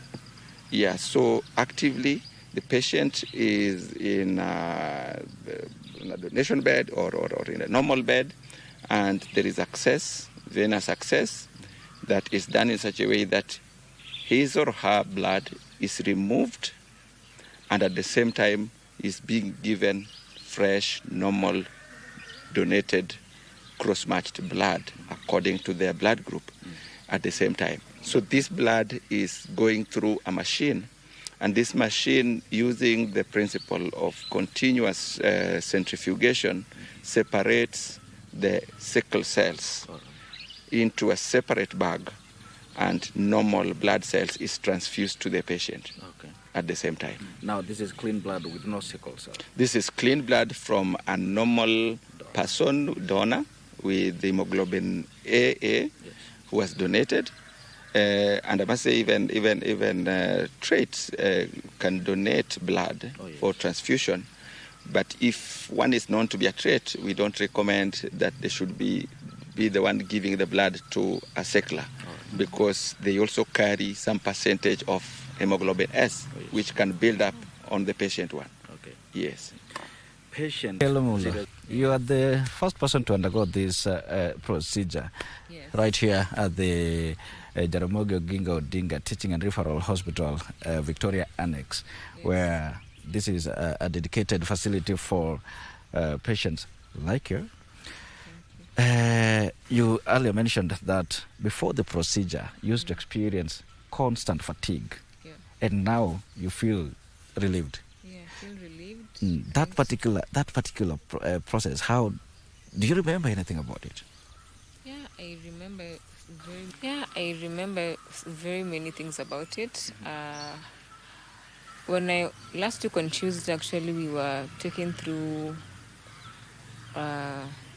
a series of, documentations, and there were trainings actually for the red cell exchange. Nairobi West was there, and they were training us on what to expect and what not to expect. Okay. So I really had, when I came here on Monday, I really had it like... You didn't feel the scare?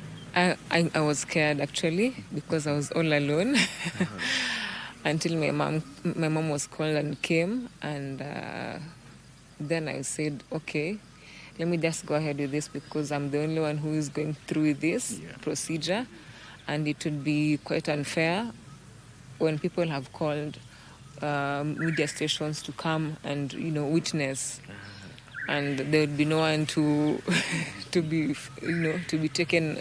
Yes. To be filmed. So I was like, okay, let's just go through with it, and Mungu mbele. How long was it? For me, I think it took... How long was it? About 2 hours, 2 hours, 30 minutes. Okay. You were done with the process. Okay. And allow me, sorry to cut you short, to congratulate Michelle, actually, for coming forward and accepting. This is a fast procedure, and just like any medical intervention, you will feel scared. Sure. And the number of blood packets that we are going to pump into you can scare you. Yes, and it can also come with its fair share of complications, so to say. Is the patient put on is it anesthesia? Put on something to numb the pain. Put on something to numb the pain for a bit, because I was taken to the theater to be put on the catheter. Yes. Right. Yeah. So, feel anything? I couldn't feel anything. Until it was over? Until it was over, I couldn't feel anything. It was over, I couldn't feel anything. And probably just immediately after the procedure, did you feel what you felt before the procedure? Okay. Before the procedure? Okay, during the procedure, I felt really cold because of the cold bloods, the cold red blood cells being added to me. So afterwards, I never felt anything and had no complications at all. Yeah, everything was just okay. Yeah, the process was very smooth. Is the patient put on a monitoring bed for how long? Bed for how long? Okay, just like we do the normal blood transfusion, you need to monitor the patient so that there's something called transfusion reactions. And these blood transfusion reactions, they can happen anytime because we have the acute ones and we have delayed ones. So we observe. The observation starts right away, and that's why I think this whole process is courtesy of a multidisciplinary team. Sure. You find that we had not just the support of the administration present to avail anything that we would require in case of emergency, the anesthesiology team, the pediatric team, the physician, and the nursing team, apart from the technical team that ensures the blood is flowing normally. So you start monitoring from the beginning in case of transfusion reactions, and just within 30 minutes or so. Percent prevalent in Kisumu. Banasio, tell us about, because this is patient 001. We know that after this success story, many patients will flock in. Tell us about the sustainability. Will Victoria Annex accommodate all these patients? Actually, weekly we are already receiving quite a number of calls, and quite a number of patients are walking in asking for this particular procedure. But I want to inform the public that we are prepared. We had plans even before we started the first one, and we have put everything in place. So I'll speak to that in I think 3 areas. Number 1 is on the issue of the training. Sure. Number 2 is on the issue of the medical equipment. And number 3 is on the issue of the financial sustainability. And maybe the 4th one on the issue of community engagement. And also don't forget about So on the issue of the community engagement, one of our pillar in our strategy is to engage with the community. And that one will assist in terms of sustainability, in terms of screening and creating awareness. Sure.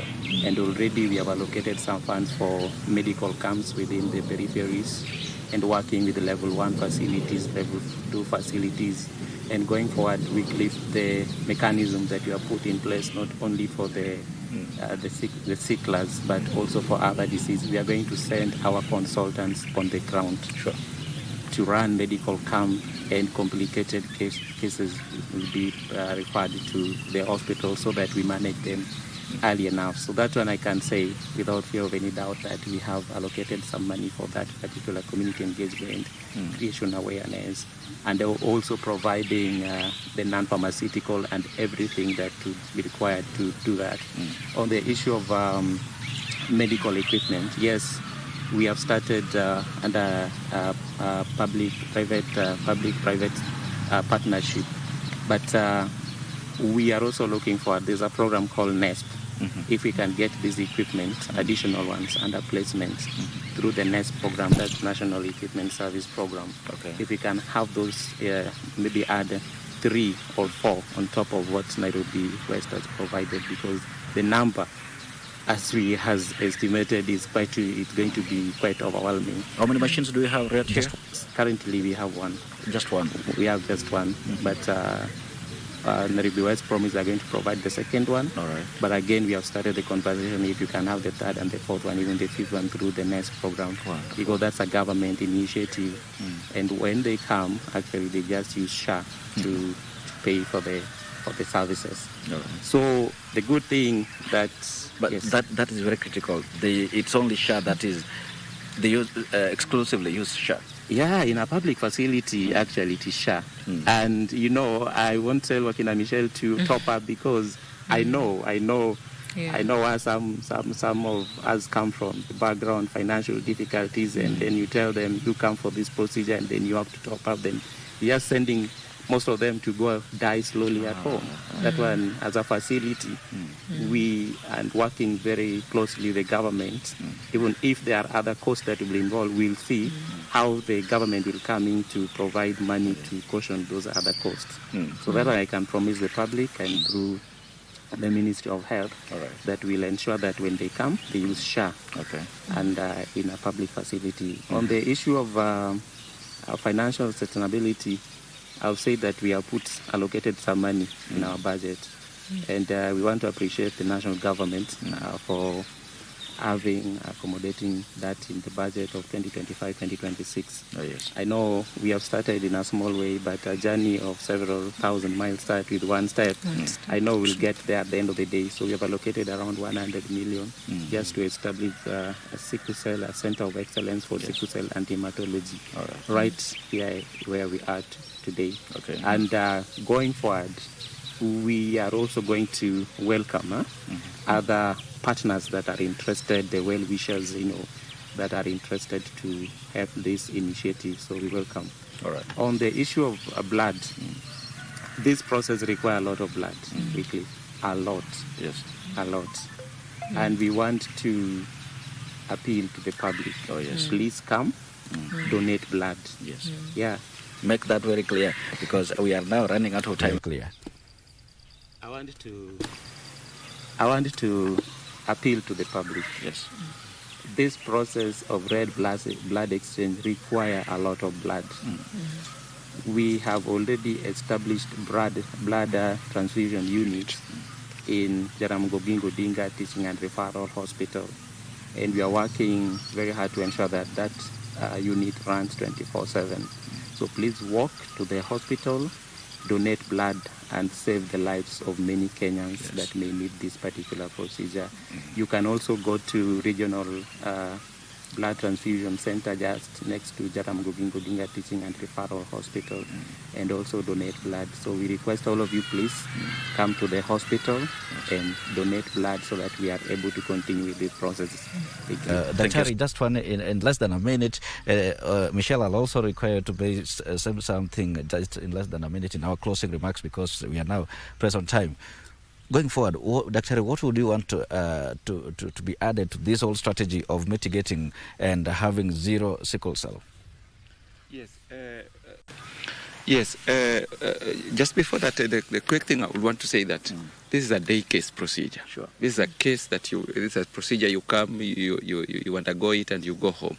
So it doesn't require admission. Sure. So however the small the facility may look, it can accommodate so many people once we have the machines. All right.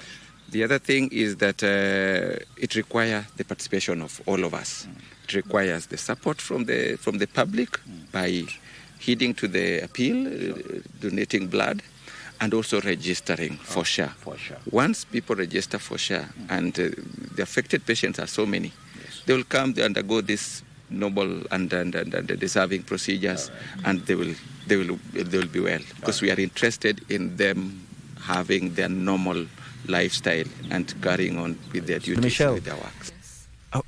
Apart from being a sickle cell warrior, I understand you are a chef, you are a filmmaker. In just less than a second, less than a minute, totally, maybe in 30 seconds, tell us, what do you want to see the administration or rather the community doing about awareness creation in less than a minute, please? I would want them to create awareness in a way that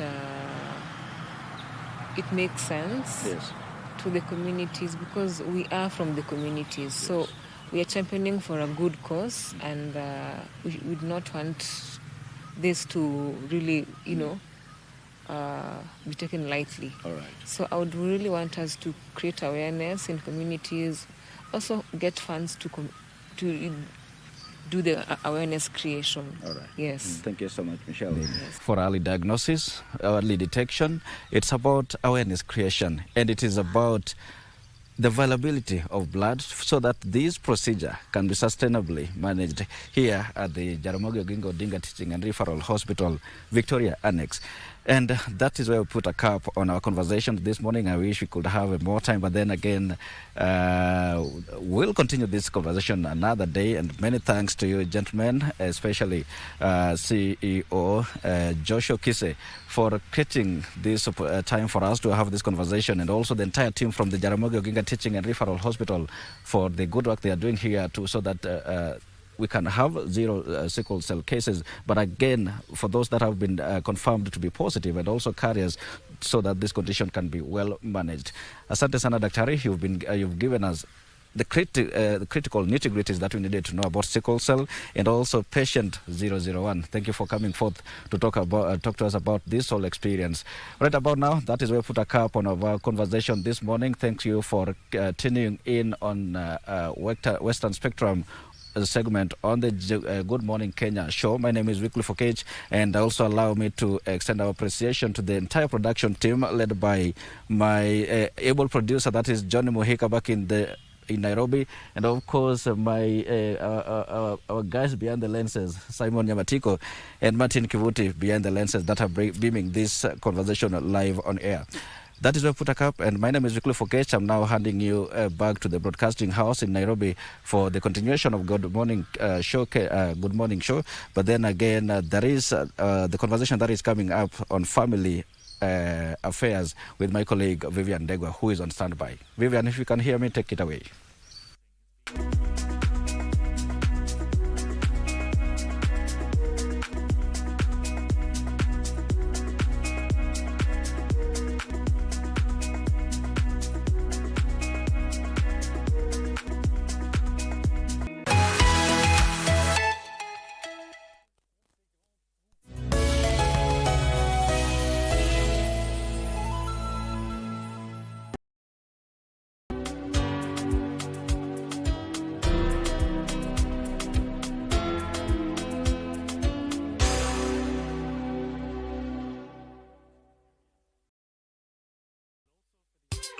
Tunatambulika. Tamaduni zetu, ukarimu wetu, uchapakazi. Watangazaji wetu waliobobea. Libengo liko hapa. Bila shaka hapa. Deep State pia vile vile talanta za pwani, tunakuza talanta za hapa kwetu nyumbani. Tuko mjengoni kama kawa na wanangu wengine wawili. Usikose kutegea 103.1, stesheni ambayo itakupa fursa pwani na kuleta Wakenya pamoja. Friji ya kipwani.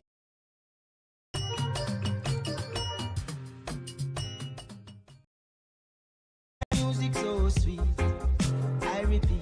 Wagwan, me brethren, big things are going. Remember, each and every Monday we have to shell down the place with nothing but the best of smooth way the vibes in your favorite station. You know these things, man.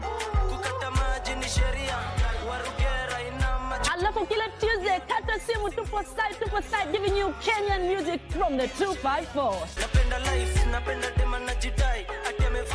And of course, you can spice up your Wednesday by enjoying blazing hot hip-hop and R&B jams.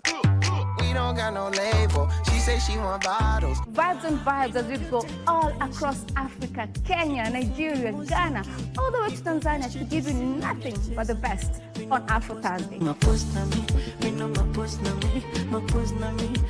Make sure you make a date with us each and every single Friday. With me, DJ_Liza Diva. DJ Colda. And me, Wanjiko. This is Club One Extra.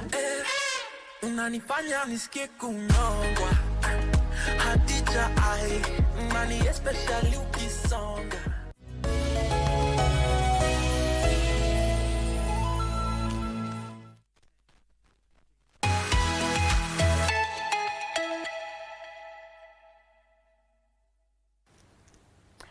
Thank you for staying with us. This is Good Morning Kenya. Into Matters Family. Family Check is the segment on air right. Be tackling a conversation that is a bit not very Grief. We will be looking at how do you deal with grief? That is the question that we are posing. Deal with grief. The number is 0716103301. You can let us now know how you are dealing with grief. That's the question of the day. There we have it. How do you deal with grief? Feel free to get into the conversation and talk to us about that. Now, I have my panelists with me right here in studio. Allow me to introduce them, beginning from Nelly Mutai. Nelly Mutai is a multimedia creative and actress as well. Welcome to the show. Next to Nelly, we have Mite. Mite is a trainer, he's a mentor, and he's also the CEO, Pro Mentors Africa.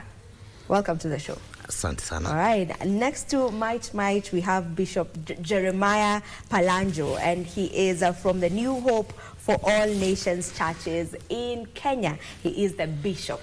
Welcome to the show. Thank you so much. All right, let's get into this conversation that can be a bit tricky sometimes, you know. Grief. When we talk about grief, how can we maybe define it? Maybe if I may begin with you, Bishop. How would you define what grief is?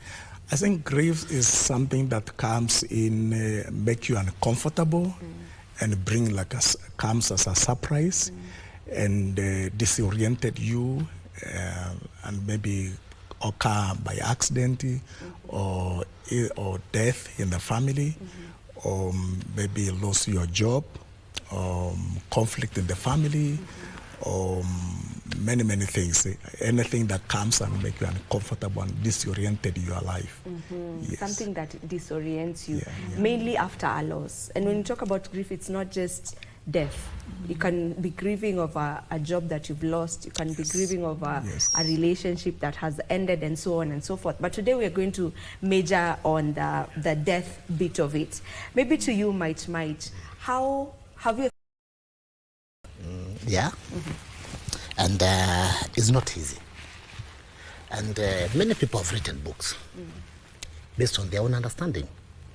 But as we talk about all of what happened within our mind, grief is a special thing. Because it depends with how the other person responds to. How I respond to that grief matters a lot, which people cannot understand.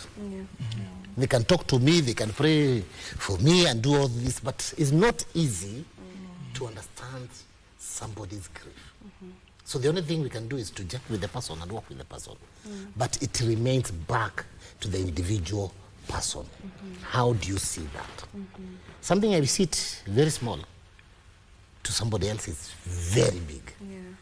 Ng'ombe yangu ilikufa is a grief. To me, si ng'ombe itaza ingine. But to that person, you don't know how he had invested the emotions, the feelings, everything towards that situation. So grief is a total different, and it's not easy, and something we need to have a conversation on, so that we can try to tap each other's experience. Then I can relate that experience of somebody, another one, for me to reach the level of healing, so that I can move on with life, because life I have to move on. Someone said that grief is the price we get to pay for loving.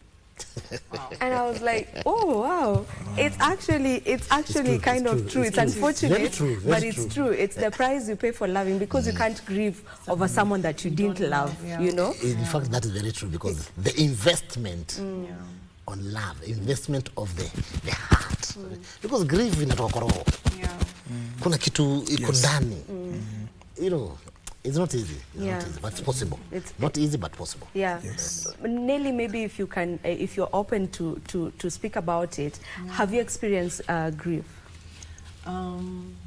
So I have experienced grief. Mine is still very fresh, because it happened in December. I lost my father, and grief is something that no one can ever explain to you and you understand. It's very personal, it's very unique. Everyone experiences it in their own way. Like in my own personal experience, if I may talk about, I thought you lose someone, you know, you cry, you heal, you move on. But then again, for me, it didn't happen like that. For me, because my father was sick for a while, the moment he passed, there was a lot of acceptance. So I thought maybe my experience will be different. I won't be able to, you know, be like other people and cry. But then again, months later, it's hitting you again. Now you're grieving afresh. So I feel like there's no experience that can explain grief that will suit everyone. Everyone will have their own personal experience, but it's possible to heal. It's possible to move. Yeah. And I feel like it's not even grief is something to be experienced. It has no end. It doesn't have a destination, unfortunately, you know. So it's just how you cope and like go on with life, but it's something that you cannot. There's no expiry date. Actually, by December 25th, I'm not going to grieve anymore. No. So it's something that you have to accept that you have to live with, but you have to know how you will cope with. How to cope. Yeah, how to cope. And I agree with you because I've also experienced grief, and there's no final destination to it. You know, you may feel like, okay, I'm coping well, I'm okay. And then 2 years later, it's coming back to you like it's just happened. And I think it's a phenomenon because no one can be able to understand it, because I mean, it's been a whole year, I've been okay, and then all of a sudden it's come to me like I've just gotten to receive the news. Maybe to you, Bishop, before we get to talk about the stages of grief, because there are stages to it, does it differ when a death has happened suddenly or a death that was not expected, but maybe, like she said, the dad was ailing for a while, so maybe it's something that was somewhere at the back of my mind, compared to they just had an accident and they died. They've been okay, they just left for work, they had an accident and they died. Does it differ now, like when it comes to such situations, the two situations, sudden and expected?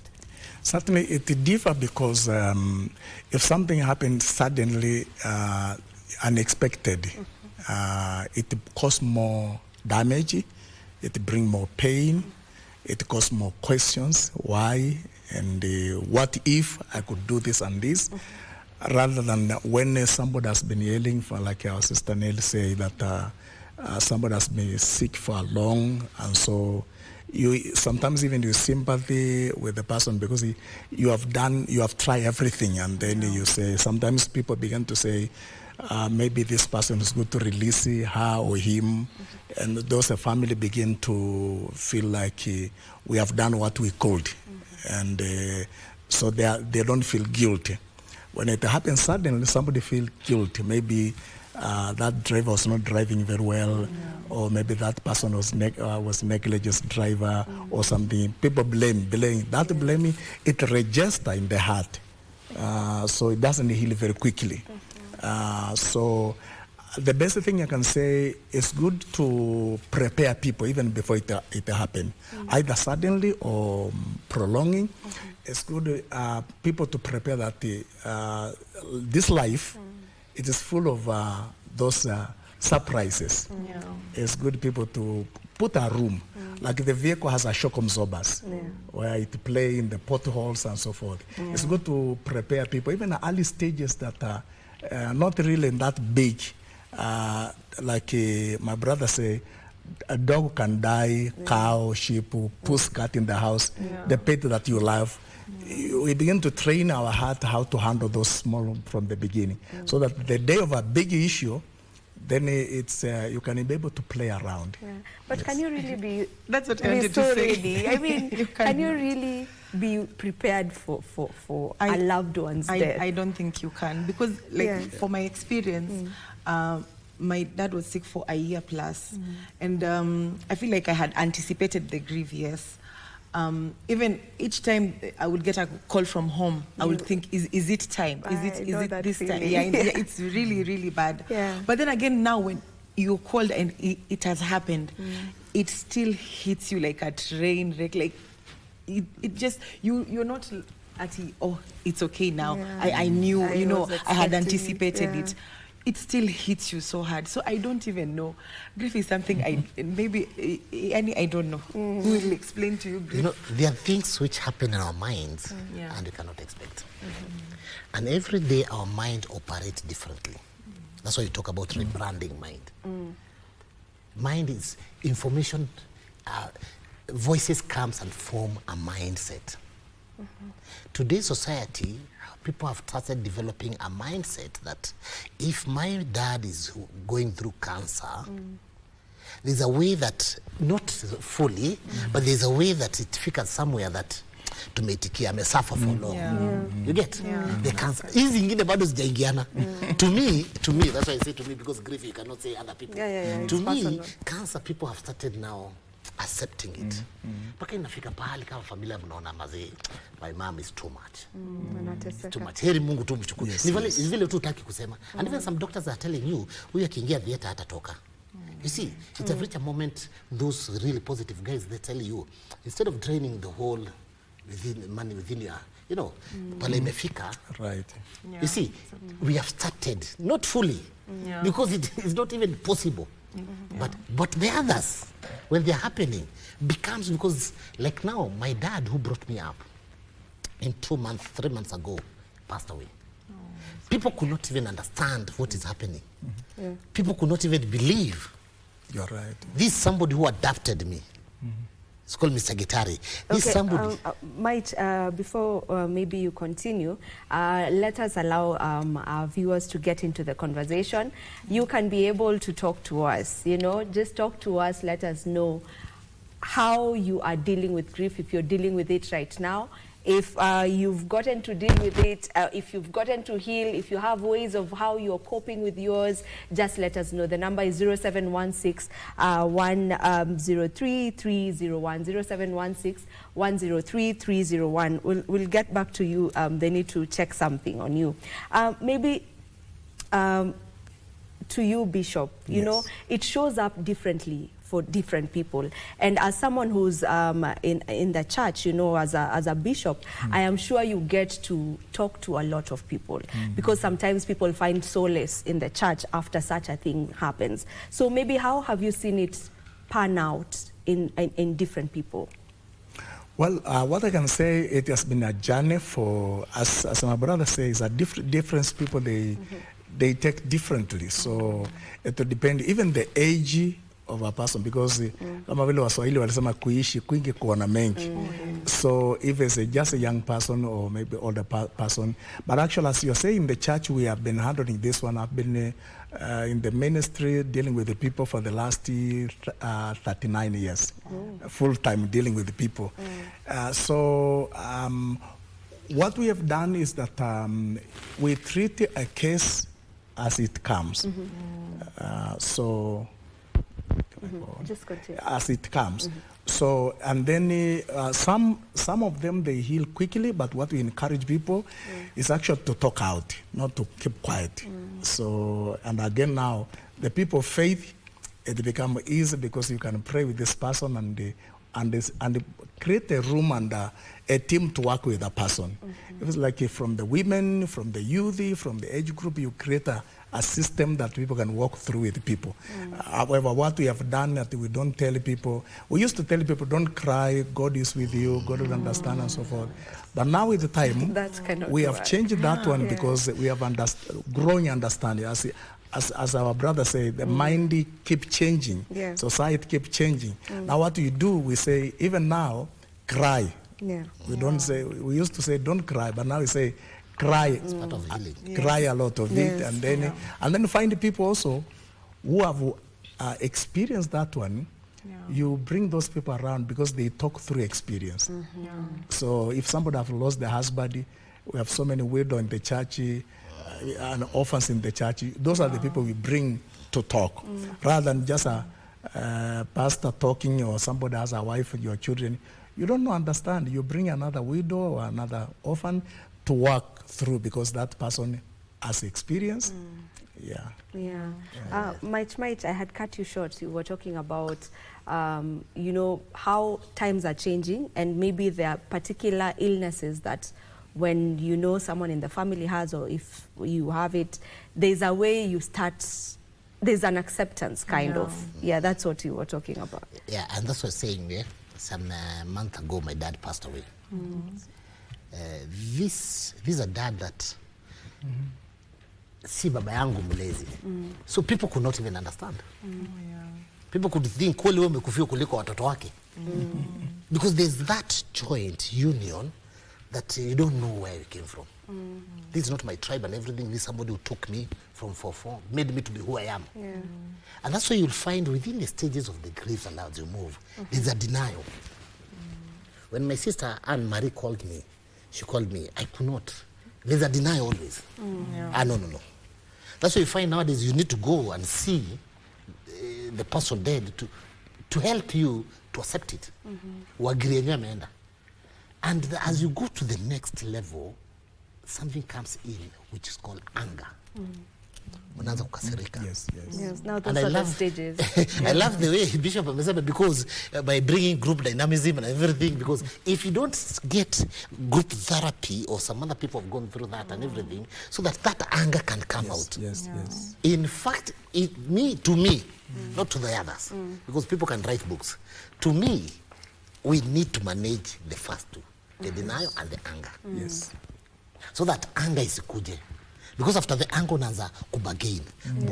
Mbona angefanya bargaining inakuja. But the moment I get people to talk to me, I get people, hata mimi my dad did this and this, aliniwacha in this level. Like now my dad left me in a good level. I'm proud. Lakini kuna zingine unakuta amewachwa, watoto ni wadogo, labda the accident ili happen, unashindwa hata wataanza wapi. So the dialogue ile bargaining itakuwa, you had to take this watoto wakiwa class 3, wakiwa class 4. Like me, I had bargain. And my son, I've named my son within my culture. My first name is that dad. Second name is my biological dad. So it's Moses Waweru. Nobody knew this apart from my wife and myself. And I was to take this son to dad for blessing. And we were to arrange, tupange. Then these things happened, pap, without. So the bargaining in me, si ungegojea kwanza ubariki huyu. But through the funding, say, huyu nilishambariki, unajua you could talk about blessings. But you know, the thing is, nione amemshika. Amembariki hivi. So there's that within my mind. So the moment I understand, I start bargaining, and then I start bargaining positively. Because of the anger I may manage, to manage the anger. And the people surround me help me to manage the anger. Sometimes in management of the anger, because we're talking about death, then we have, if it's the husband, the in-laws comes, wanaanza kuweka tu vidonda. Issue ya mashamba inakuja. Kidonda ya ule ana grieve inakuwa. And so utaona wataenda hapo, depression inakuja. Because the people surrounding you, and I thank the concept of the church, because you'll bring people who will be in a position so that you'll be managing the family, the surrounding voices. Because in grief or in any trauma or anything that happened within the person, there are voices. There are positive voices and negative voices. And depending with the voices, how they will dominate, it will help me to get healed or not get healed. If I have voices even coming from the churches and encouraging me and all those things, the healing comes very easy. And acceptance of your situation, to me I call it healing. You see? So it depends how I go through it. Through the stage. And unaona siku hizi, if somebody amekufiwa, alafu it's not the only thing. There's some people ataki kuona. Kuna ile pastors they do mchanga unaangusha. There is a voice do. It's still a concept of helping. We're just trying, can this one work to this person? It might have worked with somebody else, but not everyone. Ndio unashika mtu kwa nguvu aone. Ndio unashika mtu kwa nguvu, unasikia hata toka kwa mochari kama hujaona ile mwili. Fulani kama hajafika lazima kuje. It is a belief, it's just some mechanism we are trying to, because it is not that easy. It might be kuna ule ataki kuona na get healed because we are different. Lakini the belief system ambaye imeformiwa kwa mindset, kuna ka culture fulani. Ni vizuri tuone hiyo mwili, ni vizuri tufanye hivi, ni vizuri. I went to one funeral and in sana in Mount Kenya, after tukimwona kwa mochari, tukienda nyumbani we don't open the coffin. But we are forced to. The guy said, baba yangu hawezi kwa kasi muona. So you could see some other pastor who don't understand. No, we don't do this. It's not about what you don't do. It's about this person. It's not cast on stone. It's not cast on stone. So these stages even varies. They vary a lot depending with the people grieving. Yes. But we are trying, and the pastors are trying a lot to look what could be proper mechanism towards that. Through it. Yeah, and now, you know, when you've lost a loved one, of course, you're going to be receiving messages of condolences, left, right, center. Would you say that these messages at that particular time do something? Do they really do something for you? Do they change how you feel? Do they ease in the pain? For me, I think they're important. When someone has lost a loved one, okay, maybe blasting their phone, calling them, they might not be able to respond at that time, but leave the messages. Maybe they're not even going to be able to read them at that time. But trust you me, if you've lost a loved one and your phone is silent, that is so depressing because you feel like there's no one who is there for you. So I feel like they're important. And I learned this through my own experience because I was the kind of person when someone has lost someone, I'm scared. I don't know what to say. I don't want to upset them. I want to give them space. But no, it is important. Reach out as many times as possible, even if they are not. Let's pick this call and then we'll get back to that. Nelson from Kakamega, good morning.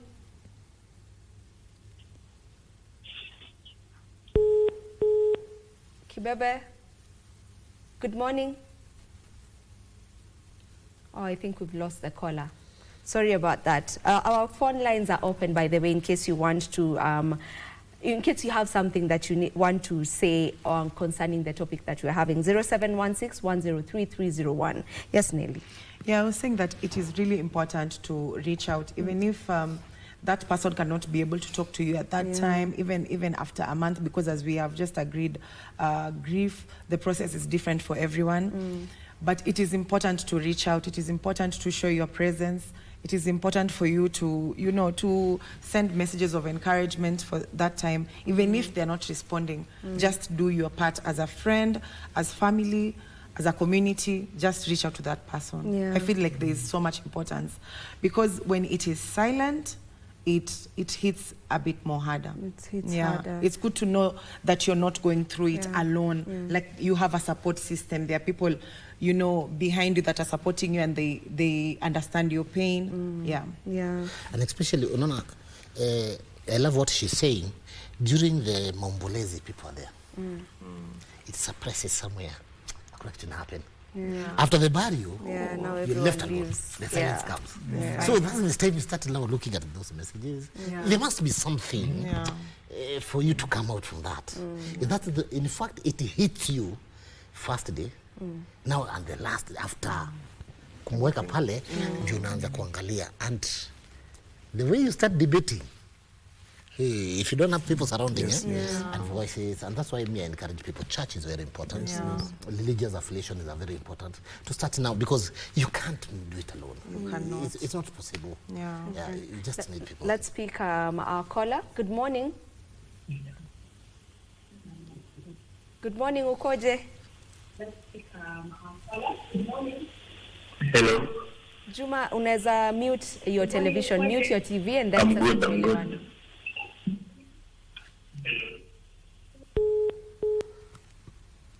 Juma, when you're calling, kindly just mute the TV so that we are able to get to communicate. Tusiwe tunajisikia tena tunajisikia tafadhali. All right? Okay, keep those calls coming. Yes, Mike. So, that time, and that's why situation, kuna mtu ataamua aende to the whole week aswim. That's why ataliliza. Kuna mtu ataamua aende akunywe. Unakunywa. You know, there are so many ways of letting go, but at the end of everything, I believe, my belief, you need to discuss it. Okay. You need to discuss it. As you discuss with people, talk about it. The more you talk about it, the more you get healed. The more you talk about it, the more it comes out. The more you talk about it, you're not the only one. And now there's the grief where it's a bit different. We've talked about the one that is sudden. We've talked about the one that was expected. There's a sudden one that hits different that I would love for us to get into. You've lost a loved one by suicide. So they took their own lives. And this is someone you were close to, maybe a brother, a sister, a mother, a father. How to go about maneuvering that? Because I can only imagine the questions that come about after that, because you feel like you were not enough for them, you were not there for them, you know, you start asking yourself, kwani hangeniongelesha, what was too hard for them? So I can imagine the grief for suicide is a bit different. Yeah. Maybe if we can get into it a bit, you know, maybe there's someone right now who's going through that kind of grief, you know, what would you say to them, Bishop? Yeah, I think what I can say, it is good always to, because the suicide, it hit both. The one who have gone, he has gone. Yeah. We have lost. But the people who are left behind, they grieved more, and they feel a kind of a judgment within, say, what if I wish I did this and this. Yeah. However, my advice, and I've been doing that all the time, is that we need to create a system of preventing that not to happen, because it's possible. When somebody switches phone, somebody is not appearing, somebody is not nowhere, somebody is just walk along ranger himself. It's always good to reach people. Reach people and talk to them. Ile tunasema kuchokoza. Unachokoza mtu. You kill this spirit of long rangers, living private, closing it yourself. But now go to the point.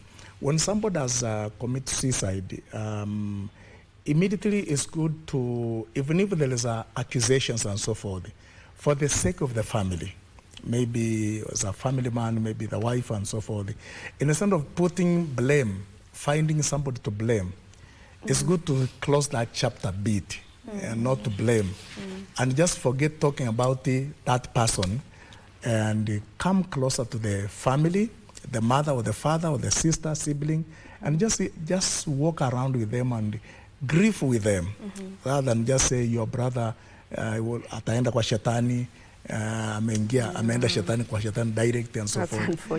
It's not our business on that time. Even in the burial, when we conduct the burial, somebody who have committed suicide, some of the churches, they refuse. Yeah. They say we cannot. There's a stigma around suicide. We cannot do that one and so forth. But then my own personal, and what I've encouraged other pastors and other church ministers, that now you're not only now dealing with that one. Forget dealing with about the person who committed suicide. Deal with the wife, the children, and so forth, and the congregant who have gathered there. So we more care about the people who are there. So I think to me is important to create a system that we prevent that one. Everybody must have. Because people... All right, let's take this caller. Hillary, good morning.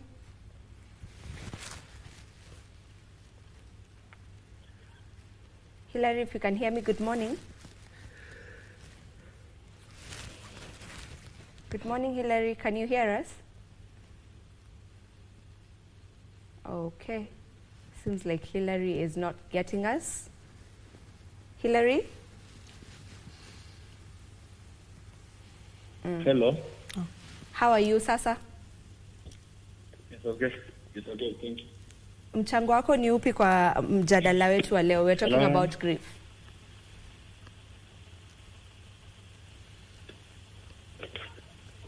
Hello, yes, good morning.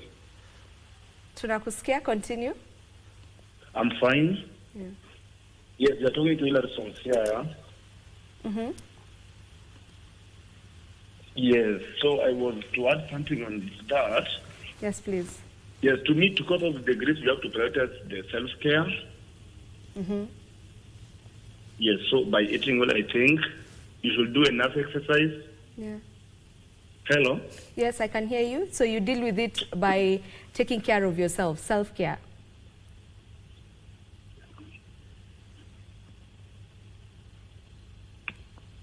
Yes, Hillary.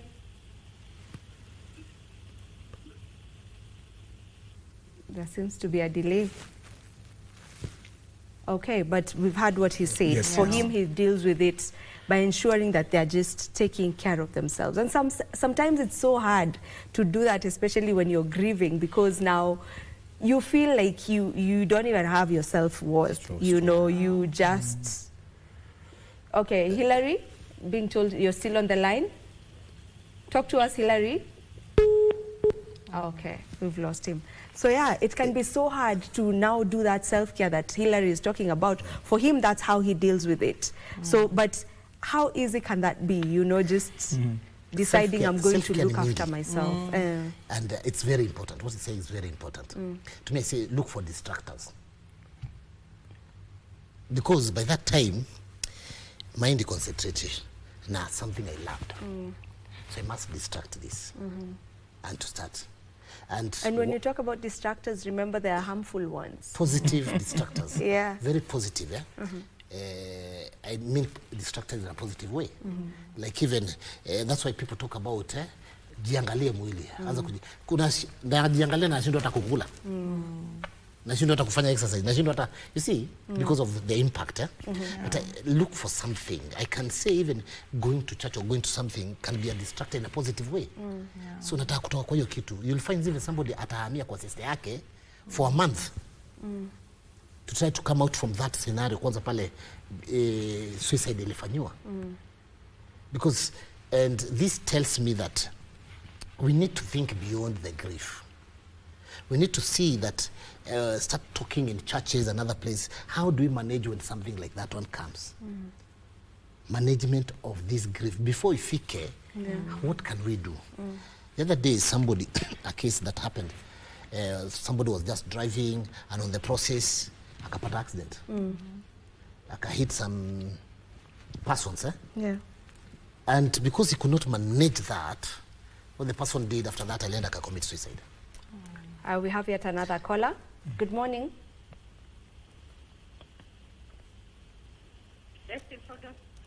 Hi, good morning. How are you? Hello. Speak a bit louder. How are you, Tuambie? What's your take on the conversation we're having today? Thank you. Yes, talk to us. Okay, we've lost her. Allow me to read some of the messages that are also coming in. Someone is saying, good morning, Vivian. I like the topic and I'm learning something this morning. That is Mora from Ongata Rongai. Someone else is saying, hey, watching from Nakuru, ni Marian. Grief and sadness kwanza after losing mtu unapenda ni ngumu kuisha. I lost my brother 3 years ago and hadi saizi sijui kama nimehil. Najipata tu nikilia saa zingine nikiwa peke yangu nyumbani. Naweza saidika kivipi? Another message is saying, what if you just had a normal day? Then the next minute you hear they are gone. That one is talking about the sudden death that we were just talking about. One last one before we get back to the conversation. Someone saying, hi, Bishop Jeremiah. I am happy to see him after 10 years. Keep on praying for me, Bishop. Regards, Kilonzo from Mombasa. Wow. All right, let's get back to what we were talking about. You know, when we talk about grief and now finding the distractors, maybe what are some harmful ways that people deal with grief that, you know, is distracting? Okay, we have another caller from Meru. Good morning. Talk to us, Baraza.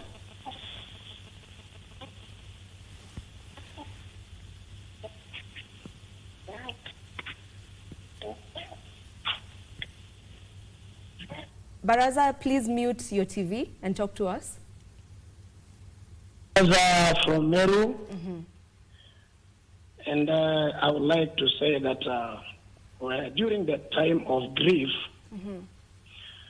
we need to have people who have already passed those moments to give us the help, because if you have not lost anybody in the family, you cannot help much. But for example, during the time I lost my father, those people who spoke to me, they are the people who passed through those experiences. So they helped me to maneuver through the mourning period and the grieving period. Therefore, even if we have experts, those who can counsel us, those who can help us, we need to have those people who have passed through experience, those who have passed practically to those issues, so that they can talk to us, they can talk to the people. Because, for example, somebody as past suicidal spirit, there is a spirit in the family. Therefore, we can have people who have passed through that. They can help us on the grieving period. Thank you very much. Thank you so much, Baraza. And I like how he says it. You always need people. That community is very, very important. So you need just to find your community. You know, don't shut yourself out from the world, because sometimes friends wako, yes, yes. Because I agree with him. It's not about the profession concept. It's about the testimonial concept. Mtu ambaye ameenda through. Yes. Anaweza kuambia what book says.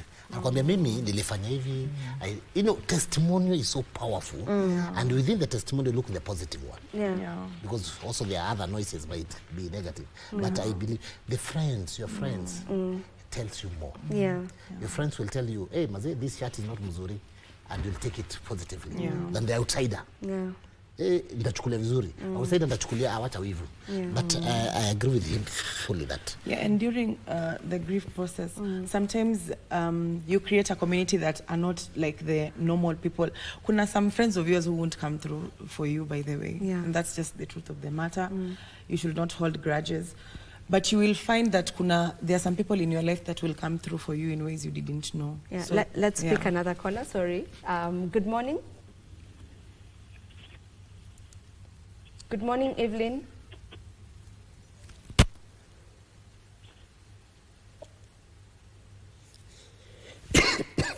Evelyn, if you can hear me. Hello. Hi, good morning. Talk to us. Good morning.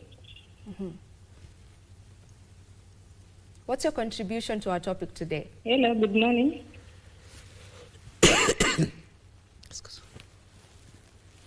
Go on, I can hear you. What's your contribution, Evelyn? Evelyn, kindly mute your TV and talk to us. What's your contribution?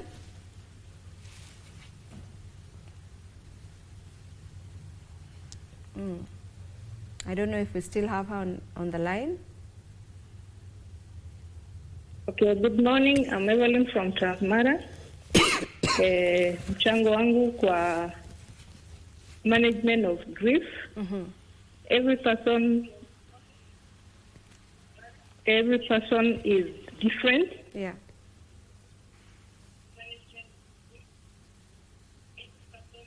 Mute your TV. Mute your TV, Every please. person is different. Yes.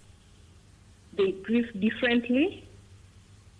So we ought to give them space.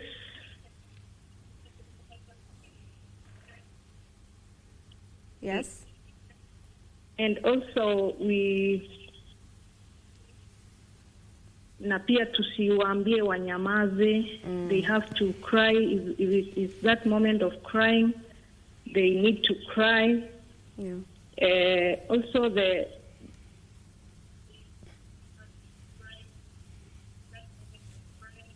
need to cry. All right. Thank you so much, Evelyn. Thank you so much for your contribution. Evelyn is saying just allow people to be. Allow people to go through grief the best way they know how. Because hakuna manual ambayo imetuambia ufanye hivi alafu. Unfortunately, there's no manual. So if you decide where you want to cry the whole time, just cry. If you decide where you want to travel and just go far away from where that environment that the person, you know, you're grieving, you know, utaki kuangalia ile situ na miss. You know, just do whatever it takes for you to do it. Maybe what are some things that one should not say to someone that is grieving? Either of you can just take that if you have the first one. Don't cry. You know, this happens to everyone. Don't cry. I feel like that is very inconsiderate. Yeah. Okay, let's get back to that. We have Bernard on the line. Bernard, good morning. Okay.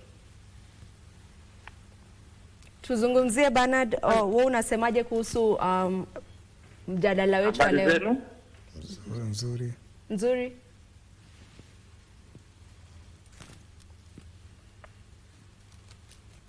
Habari ya asubuhi. Tuko salama. Ningependa kuchangia.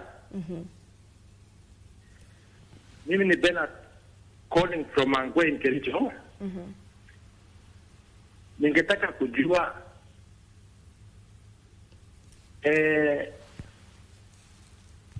kama ingewezekana mtu akiwa mgonjwa kabla hata aje, watu hawa wakisaidia,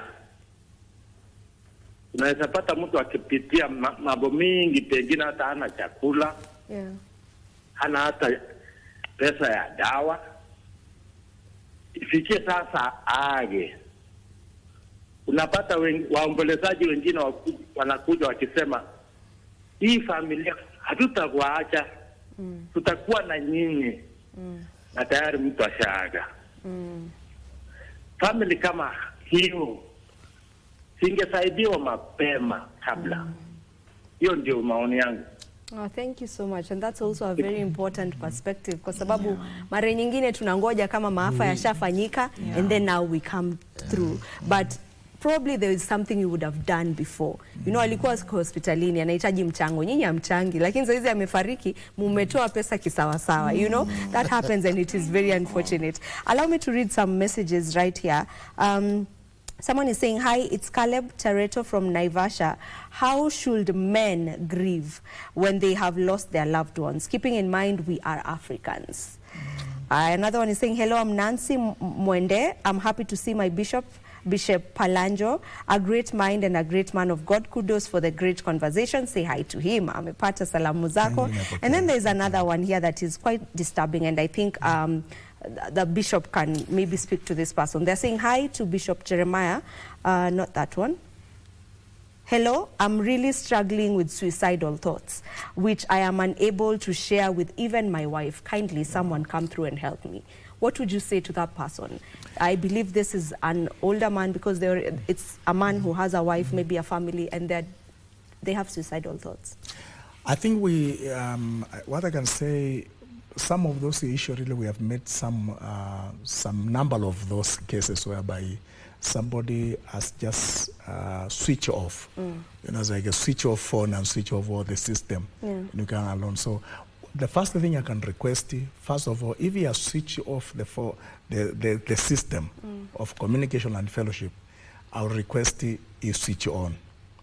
Switch on the first system, and then from there, if you are not a church person, you have a club or friends that you work with, you cannot miss somebody, at least one of them, and just say, you know what, I'm feeling these feelings. I'm having this pain, because the suicide comes pain after pain. It's a process. It doesn't occur one day. It is actually a process. It will go gradually from step to step, stages to stages. So if you can switch on the system and then find a friend, and then from there, also can I also ask the friends around the person, because as I know people are listening. If you notice any something that coming in and the indications of somebody, that one, bitterness, separating, running away from the people, switching off those systems and so forth, it's good also to approach people. It's good to find out what is happening. If you finish the whole week, you have not seen a person, even a neighbor, because we live in maybe a rental houses. It's also good not to be like a Western people. It's good to embrace our culture, where you need to know the next, even if you don't want to talk, just greet the person, get to know her, say hi to him or her, where do you work and so forth. Can I help you? I have two cabbages in my house. Can I share one with you? Build the bridge. I think we need to build the bridge. So this particular person, again, the other side, extremely what I can say, which is true as well, suicide is a spirit. Also, it's a demonic spirit. When we go to demonology, theology, something, it's actually demonic things. So you may find somebody, the father committed suicide, the other one committed suicide. It has a pattern in a family. So it's good also somebody to seek the spiritual advice, or people who are in the spiritual understand, not really extremely shakahola whatever, but it's good to seek good pastors. We have good pastors there. We have good bishops there. You can, even if it's not your church, just walk in a church.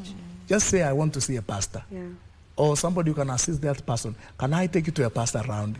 Recently, I had a lady who had planned to commit suicide by throw herself to the vehicle in a highway, Nakuru, Naivasha Nakuru, Naivasha Nairobi highway. And then this lady was walking in the middle of the road.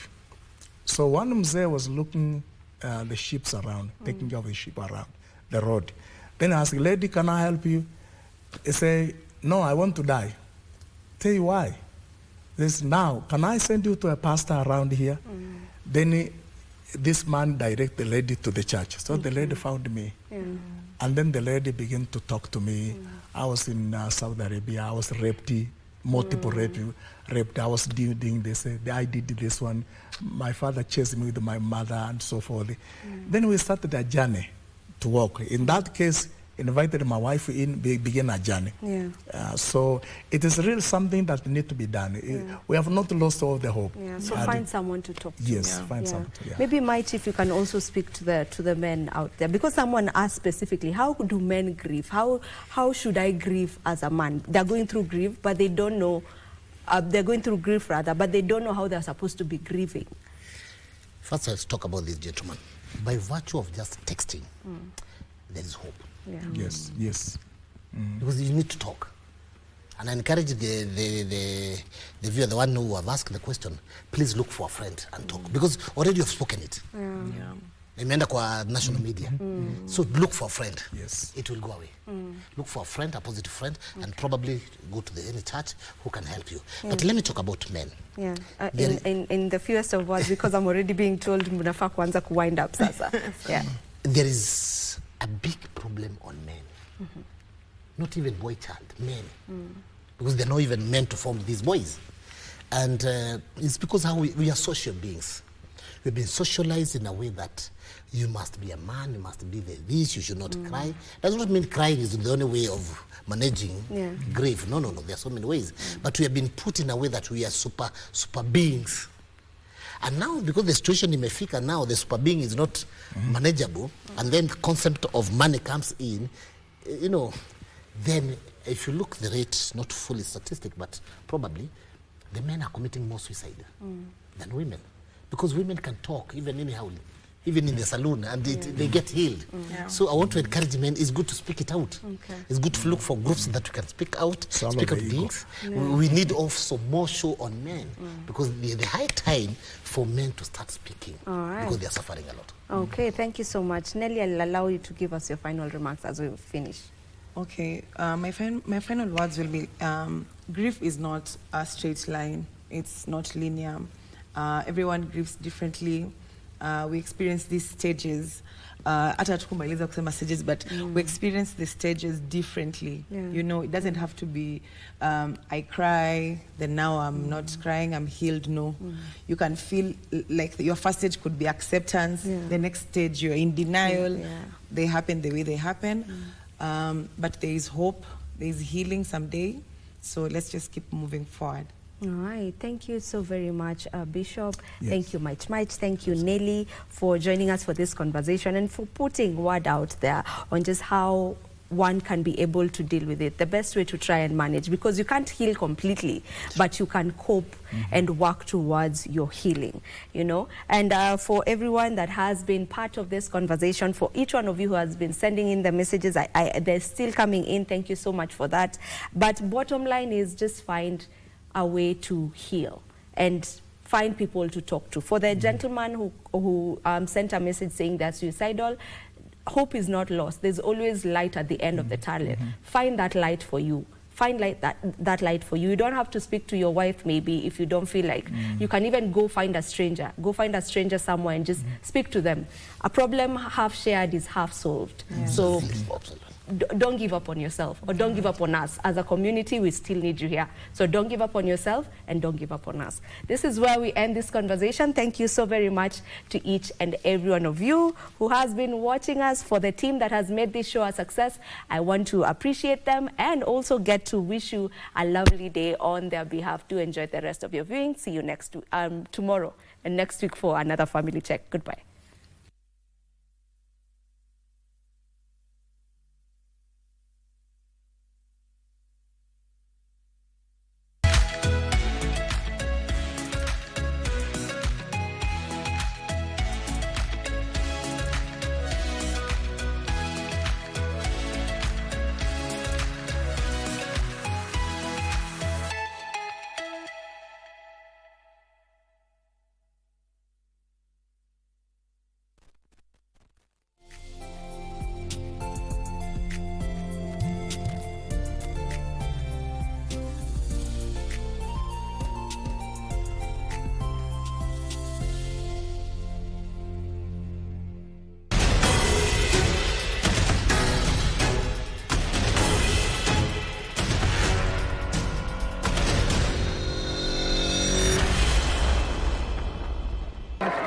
Wakahura, who will win the gold medal in the Commonwealth Games Marathon in 1990.